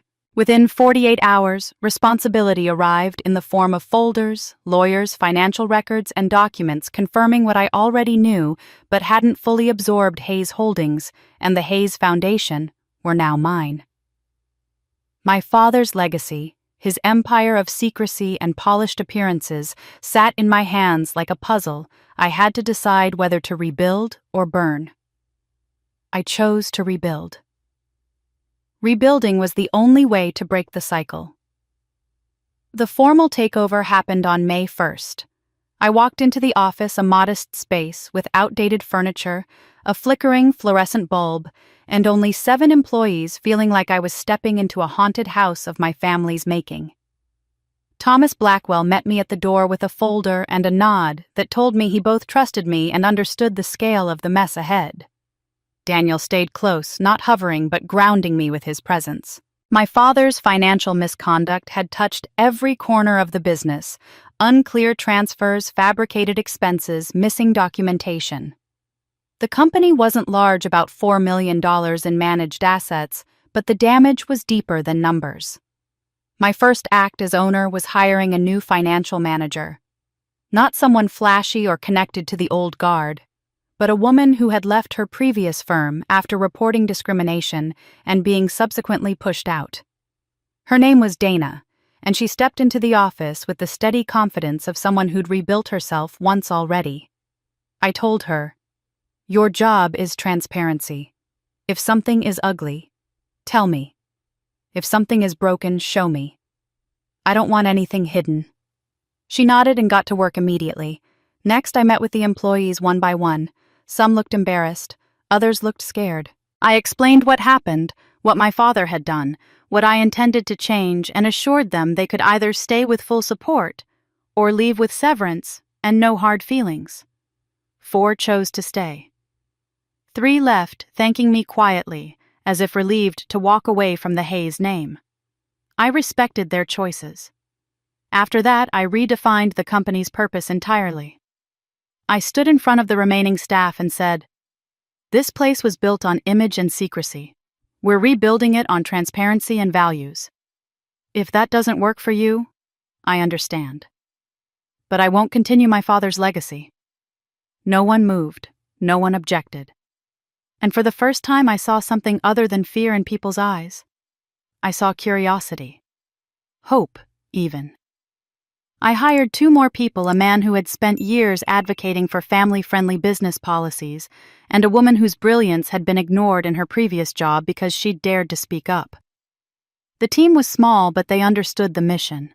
And maybe for the first time in my life, I didn't feel like I was trying to fit myself into a story someone else had already written. I was writing this one myself. While the company was transforming, I had to face the physical remains of my childhood. The Hayes Mansion, my father's pride, my grandmother's museum, my mother's gilded cage was legally mine, but every room felt like a bruise I didn't want to touch. Still, the law required proper notice, so I sent my father a formal eviction letter through Jennifer. He had 30 days to collect his things. I made everything clear, professional, humane. He didn't respond. On day 28, I hired a moving company. They packed his suits, photographs, awards, cufflinks. Every reminder of the man who hurt me through control and silence. I placed everything in a climate-controlled storage unit, paid for 6 months, and left him a key. I threw nothing away. I damaged nothing. But on day 31, I changed the locks. Walking through the empty mansion was like mourning a ghost I never loved. Every corner whispered memories I didn't want to keep. I didn't want to raise my child in those echoes. I didn't want to sleep in rooms where I'd cried quietly so no one would accuse me of making drama. I didn't want to breathe the air that had been shaped by fear and forced perfection. I decided the mansion would not remain a monument to the Hayes family. It would become something new, something useful. Over the next 3 months, I converted it into the headquarters of the William Hayes Foundation for Survivors of Family Abuse. My grandfather's name, not my father's. He was the one person in that family who saw me, who loved me without conditions. The dining room where Emily slapped my baby became a counseling center. The bedrooms turned into offices for social workers. The grand foyer with its staircase I used to descend in perfect silence became a waiting room filled with soft chairs and children's books. From the ashes of my childhood, I was building a place where others could find safety when their families tried to destroy them. I kept only 3 things from the house: my grandfather's desk, a photograph of my grandmother, and my childhood diary. Everything else was donated or repurposed. Mid-May, we launched the foundation. The mission was clear: provide legal support, therapy, emergency funding, and community for people trying to break away from abusive family systems. Margaret Torres, the woman whose recording had helped save me, became our program director. Giving her that role felt like closing a wound for both of us. Sandra Chen, the CPS worker who had investigated me during the false report, joined as a consultant. She specialized in helping teams distinguish real danger from fabricated accusations. Our very first client was a young woman whose parents were threatening to sue for grandparent rights, to force their way back into her life after she'd escaped their control. We paid for her lawyer. By the end of the month, we had helped 12 families. The local press interviewed me, and I said, "Healing isn't just personal, it's structural. Most people don't have the resources I had. This foundation exists so they don't have to choose between freedom and survival. I'd built something beautiful from something broken." But there was still one relationship unresolved, one person who had hurt me through silence and was now trying to find her voice. I thought transforming the mansion into the foundation headquarters would close the last major chapter of my past, or at least quiet some of the echoes that still lived inside me. For a while it did. The work was meaningful, the team was growing, and every family we helped felt like another stone lifted from my chest. But healing isn't linear, and it certainly isn't tidy. I realized that the moment I opened the letter from my mother in early June. A letter that looked nothing like the performative birthday cards or clipped holiday greetings she used to send. The handwriting was unsteady, the paper thick as if meant to carry something weighty. I hesitated before unfolding it, already bracing for disappointment. Instead, I found words that felt unfamiliar in their honesty. She wrote that she didn't expect anything from me, that she had failed me in every way a mother could, that she had allowed fear to become her compass and used it to justify silence. She said she was in therapy 3 times a week and attending a support group for women who had endured emotional abuse for decades. She admitted she had used her own pain as an excuse not to confront the harm happening inside her home. She told me she wasn't asking for forgiveness because she hadn't earned it. She ended with a simple line: "If you ever want to talk, I'm here. And if you never want to see me again, I understand." I didn't know what to do with the letter. A part of me felt the familiar anger rising, the instinct to dismiss anything that came from her. But another part, the part that had once prayed at night for her to see me, to protect me, felt something else entirely. Grief, maybe. Longing, certainly. I took the letter to my session with Dr. Chen, who had been guiding me through therapy since January. I read it aloud, my voice steady at first, then shaking near the end. Dr. Chen listened without interrupting, then asked me what I wanted. Not what was expected of me. Not what forgiveness should look like. Not what a dutiful daughter might choose. Just what I wanted. The question stunned me. I had spent so long reacting to my family, surviving them, defending myself against them, that I hadn't considered I could choose something other than distance or destruction. I told her the truth that part of me still wanted my mother, or at least the possibility of a version of her I had never known. And another part of me was terrified. Terrified she would slip back into old patterns, terrified she would minimize what happened, terrified she would put her comfort above my safety again. Dr. Chen nodded and said, "What if you don't need to decide forever right now? What if you simply set boundaries and see if she can honor them?" Boundaries. The word felt strangely empowering. So I agreed to a single meeting with my mother, 1 hour public place, and I could leave whenever I wanted, no expectations before or after. We met at a quiet cafe in late June. I arrived first and sat with my hands wrapped around a mug of coffee that had already gone lukewarm by the time she walked in. She looked smaller than I remembered, as if the years of silent endurance had finally settled onto her shoulders. She didn't hug me or take my hands. She simply asked if she could sit. I nodded. For a moment, neither of us spoke. Then, in a voice I barely recognized, she said she had failed me and that she knew it. She didn't offer excuses, didn't soften the truth with stories of her own suffering.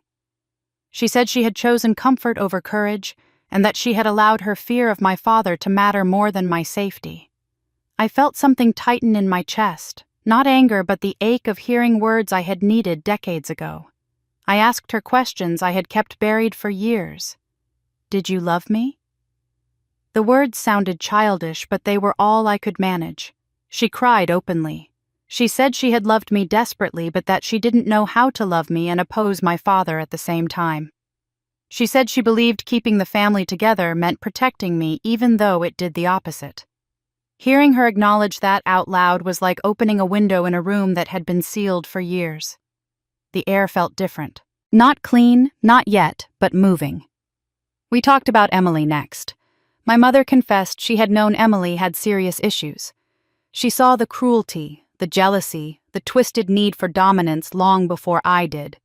She said every attempt to intervene was dismissed by my father, who feared discipline would damage Emily's fragile self-esteem.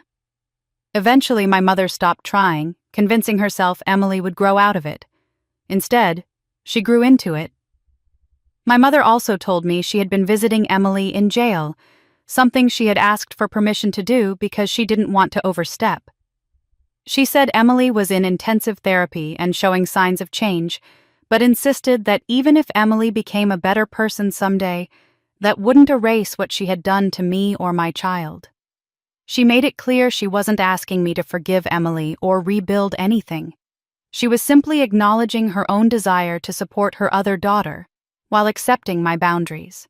Throughout the conversation, I kept waiting for the familiar shift for her to become defensive or to minimize what happened.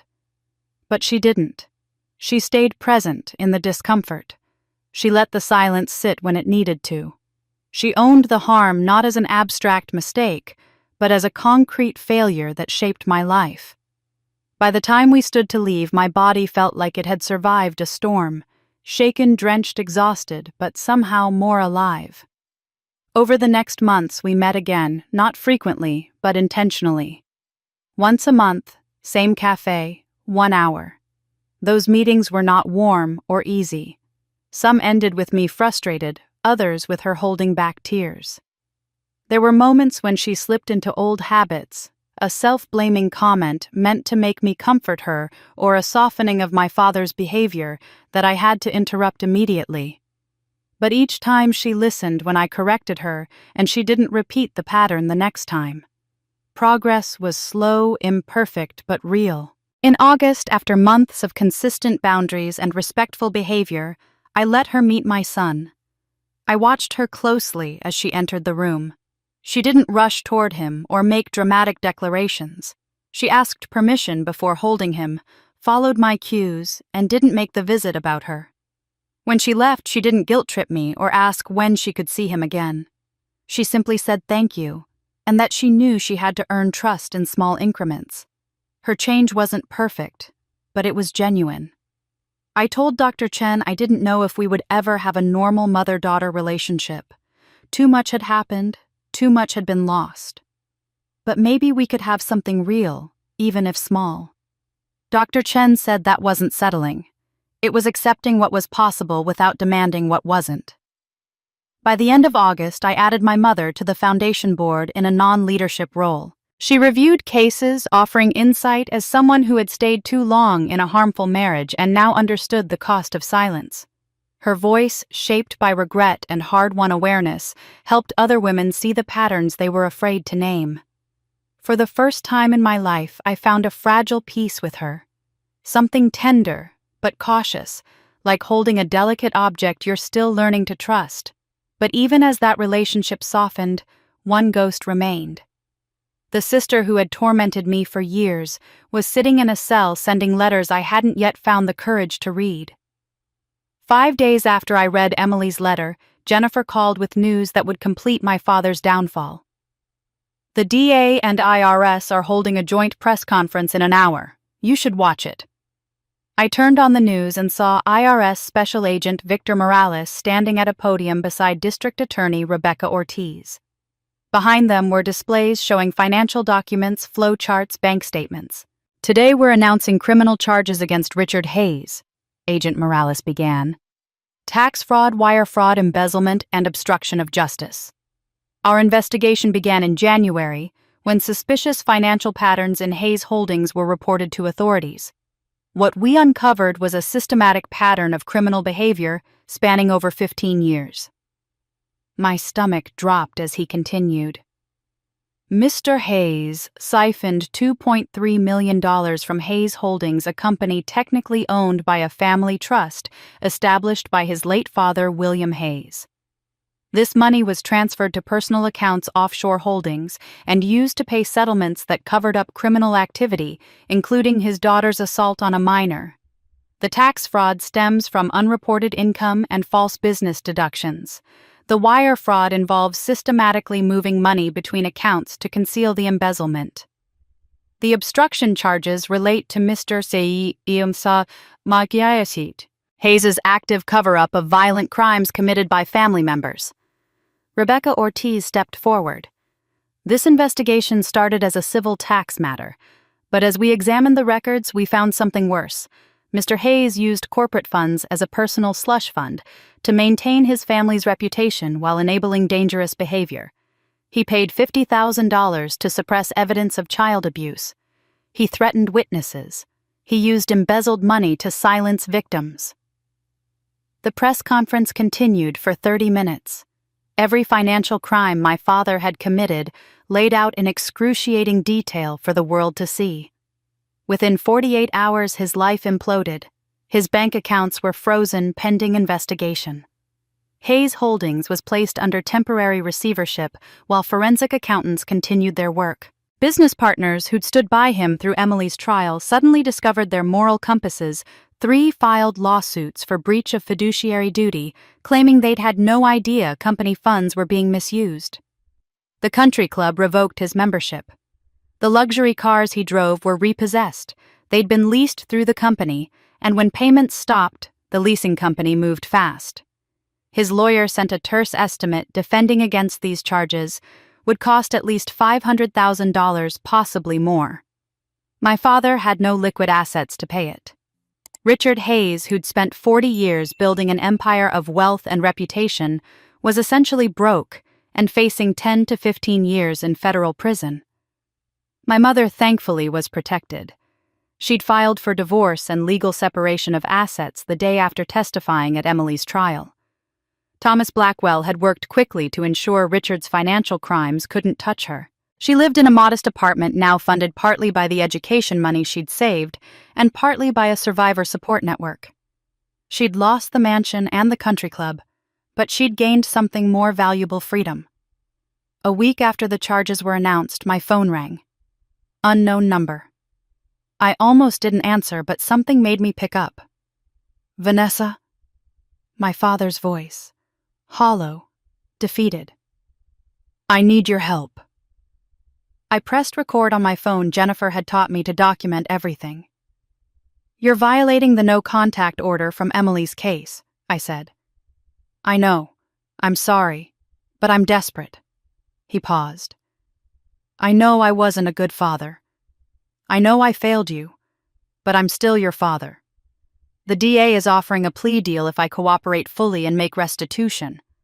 But I need access to money to pay what I owe. You control Hayes Holdings now through the will. I'm asking, begging, will you help me? I'd rehearsed this conversation with Dr. Morris for weeks, knowing it might come. Still hearing my father beg was surreal. No, Dad. Vanessa, please. You taught me my whole life that family protects family. You said it constantly. But you never protected me. You protected your image. You protected Emily's reputation even when she was hurting children. You paid to cover up crimes. You threatened people who tried to hold her accountable. And now you want me to rescue you from the consequences of your own choices. I made mistakes. You made choices. Deliberate, calculated choices.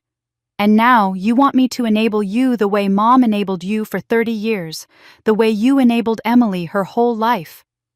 I won't do it. His voice cracked. You'd let your own father go to prison. You're sending yourself to prison, Dad. These are your crimes, your choices, your consequences. I took a breath, keeping my voice steady. Not because I hate you, I don't, but because enabling you would make me just like Mom was for 3 decades. You need to face what you've done. Maybe that's the only way you'll ever understand what you cost us. Vanessa. I hung up. My hands were shaking, but my heart was calm. Jennifer called 10 minutes later. He called you, didn't he? I got an alert from the monitoring system. I recorded it. Good. That helps document his harassment. He's desperate, Ash. Cornered. Be careful. But I wasn't afraid anymore. My father had no power left, no money to pay lawyers, no reputation to weaponize, no family to manipulate. He sat in a cheap motel room somewhere. Jennifer had told me he couldn't afford anything better, and for the first time in his life, he had nothing. No empire, no control, no one left to blame but himself. Richard's empire had crumbled. Emily was facing years in prison, and I finally had everything my grandfather intended. But winning the war didn't mean the healing was finished. That would take something harder than fighting. Walking out of that meeting in October with my father's unexpected words still pressing at the edges of my mind, I felt as though something had finally settled into place inside me. Not peace exactly, but permanence. The year had reshaped me in ways I hadn't anticipated, and as November arrived, I felt another shift approaching. I could sense it most strongly when holiday decorations began appearing in store windows, small reminders of a season I had spent most of my adulthood avoiding. I had told myself for years that holidays didn't matter, that they were artificial, that the weight of expectation ruined whatever joy they were supposed to hold. The truth was harder to admit. My childhood holidays were never warm, only performative, and adulthood hadn't improved them. Now, with a child of my own, I couldn't avoid the question much longer. It was Patricia who gently brought the topic into the light. She visited one afternoon to drop off paperwork for the foundation board, and as she slipped into her coat to leave, she paused and asked if I had plans for Thanksgiving. Her voice carried none of its earlier hesitation, just a quiet invitation. She suggested something small, just her, my little family, and possibly Daniel's parents. No pressure, no obligations. A part of me bristled instinctively, the old reflex of self-protection rising as if I were about to be cornered. I took a breath and told her I'd think about it. That night, I sat with Daniel at the kitchen table while our son played with measuring spoons on the floor. The topic felt fragile, like lifting the lid on something densely packed. Daniel didn't push. He simply asked what I wanted holidays to mean for our son. I didn't have an answer yet, so I brought the question to my session with Dr. Chen. She asked it again with a different emphasis. What do you want Thanksgiving to represent for him, separate from what it represented for you? It was the first time I realized I had a choice. I didn't have to replicate the past or erase it. I could create something new. The more I thought about it, the clearer it became. I didn't want forced smiles or long tables set with fancy dishes that no one was allowed to touch. I didn't want performances of unity or traditions held together by fear of disruption. I also didn't want avoidance because pretending holidays didn't exist would only teach my son that gathering was something dangerous or hollow. I wanted ease. I wanted authenticity. I wanted gratitude, not spectacle. When I finally called Patricia, I told her we'd do Thanksgiving together, but under specific boundaries, it would be at my house with food. I chose no social media posts and no discussion of the past unless I initiated it. Patricia agreed immediately without negotiating or suggesting alternatives. Thanksgiving arrived quietly. Instead of the elaborate haze menu of roast turkey, lacquered vegetables, and desserts arranged like museum pieces, I cooked tacos because my son loved them and because the simplicity felt freeing. The meal wasn't coordinated or perfectly plated, but it was warm. Conversation moved gently without the sharp edges I used to brace for. When we shared what we were grateful for, Patricia's voice trembled as she said she was grateful I had given her another chance. I didn't respond out loud, but something inside me softened. Watching my son babble happily in a home free of tension, surrounded by people who respected the rules I had set, I understood we had just created our first real holiday. And that memory would belong to him, not to the ghosts of my childhood. The holidays didn't stop reaching into the past, though. In early December, another letter arrived from Emily. I recognized her handwriting immediately, but this letter felt different even before I opened it. It was short and surprisingly steady. She wrote that she had been reading about the foundation. She said she was proud of me, though she acknowledged how strange that might sound after everything that had happened. She didn't center her feelings or ask anything of me. Instead, she described the work she was doing in therapy, the programs she'd completed, and the ways she was beginning to understand the patterns that shaped her. She admitted she didn't expect a reply. She said she wouldn't contact me when she was released. She simply wanted me to know she was trying to become a person who contributed something positive even if I never saw it. I read the letter twice before sharing it with Daniel. I asked him whether he thought people could really change. His answer was honest and steady. Some can, some can't. But he reminded me that the question I was really asking was whether I needed to witness Emily's transformation in order to continue healing. And the truth was that I didn't. My healing wasn't contingent on her progress. It belonged to me alone. That clarity guided me as I wrote my first and only letter back to her. I told her I appreciated her work, that I hoped she continued, but that I was no longer tethered to whether she became better. My well-being no longer depended on her choices. I wished her peace, but from a distance. Mailing that letter felt like setting down a burden I hadn't realized I was still carrying. Just as I settled into that unexpected sense of closure, another echo of my past surfaced. In mid-December, I received a call from my father's public defender. He explained that Richard was taking a plea deal and would soon be reporting to federal prison for tax fraud and embezzlement. His financial situation had deteriorated so badly that he could no longer afford his old attorneys. Then the lawyer added that my father wanted to see me before he reported. The request startled me. My first instinct was to refuse. I owed him nothing. But I didn't want to react from old wounds, so I turned to the people who had earned a place in my circle. Everyone said the same thing. The choice was mine, and either decision was valid. After thinking it through, I decided to meet him, but only under strict conditions at Jennifer's office with Daniel present, and only for an hour. When my father walked into the room, he looked older than I had ever seen him. He didn't launch into excuses or theatrics. Instead, he spoke in a tired voice about how he had destroyed the family by chasing an image instead of building a home. He didn't apologize directly, but his words carried something quieter, like resignation or understanding. When he finished, I told him the truth. His acknowledgement didn't obligate me to reconcile, forgive, or repair anything. I wasn't responsible for his redemption the same way I wasn't responsible for the illusion he had forced us all to live inside. As I stood to leave, he said something that stopped me in my tracks. He called me a better parent than he had ever been and asked me not to let my son forget that. I didn't respond. I simply walked out, Daniel's hand in mine, feeling strangely steady. For the first time, I had faced all the pieces of my past without being claimed by them. By then, I knew one truth with absolute certainty: the family I was choosing mattered more than the one I came from. The year wasn't over yet, and Christmas was approaching, but this time I felt something unfamiliar. I wasn't bracing for survival. I was preparing to thrive. Walking out of that December meeting with my father, I thought the emotional weight of the season might linger. But instead, I woke on December 24th with a calm I didn't expect. It startled me at first, the absence of dread, as if my body had finally stopped waiting for the next crisis. This Christmas felt nothing like the one a year ago. That night had been the breaking point. This one felt like a beginning. Daniel and I were hosting in the home we bought earlier in the year, a place that felt entirely ours.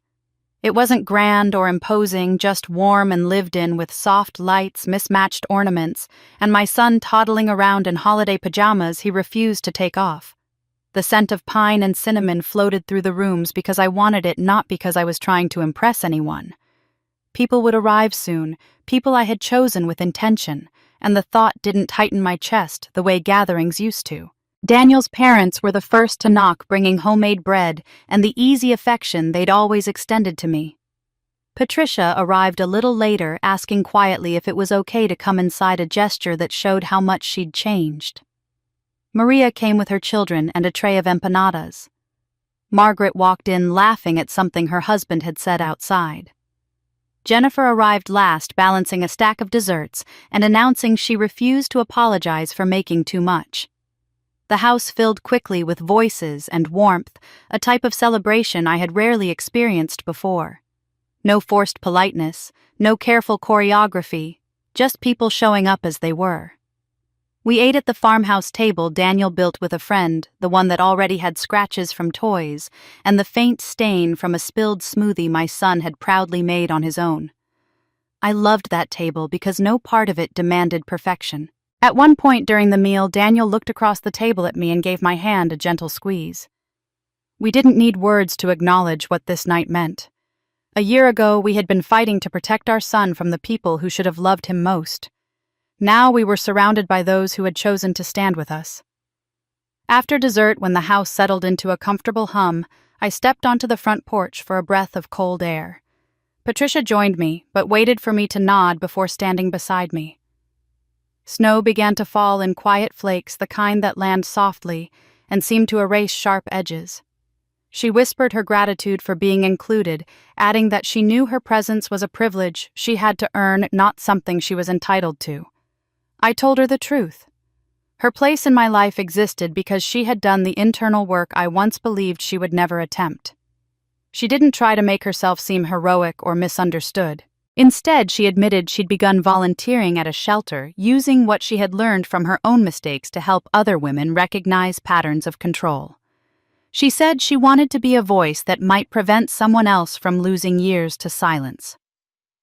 Listening to her, I felt something I had never truly felt toward her before: admiration unclouded by longing. I told her what I had come to understand, that forgiveness for me wasn't about declaring the past acceptable. It was about releasing the fantasy that it could be rewritten. We couldn't fix what had been broken, but we could build something honest in its place.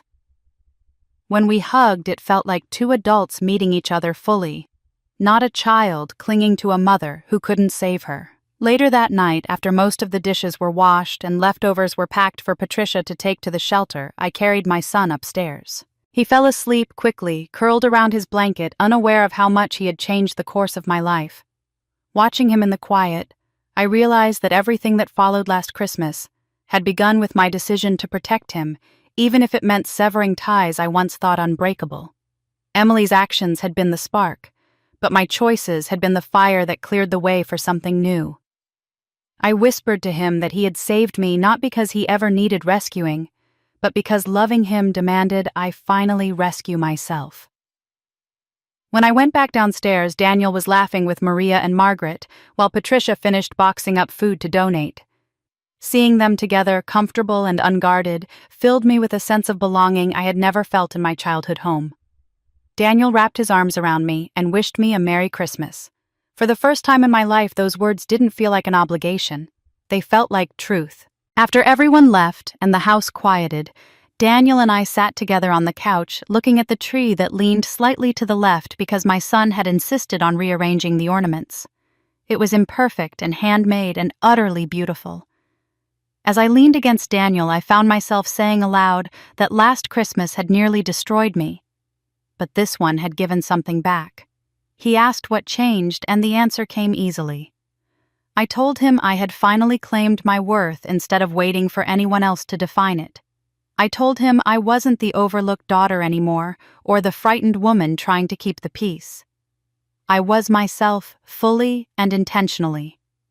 When we finally turned off the lights and headed upstairs, I glanced once more at the lopsided tree glowing softly in the dark. It was real, and it was enough.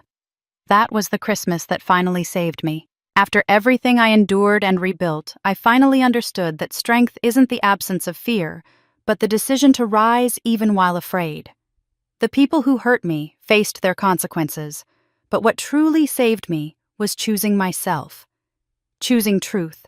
Choosing peace, choosing to build a family defined by love instead of survival. My story is a reminder that our past does not decide our future. We do.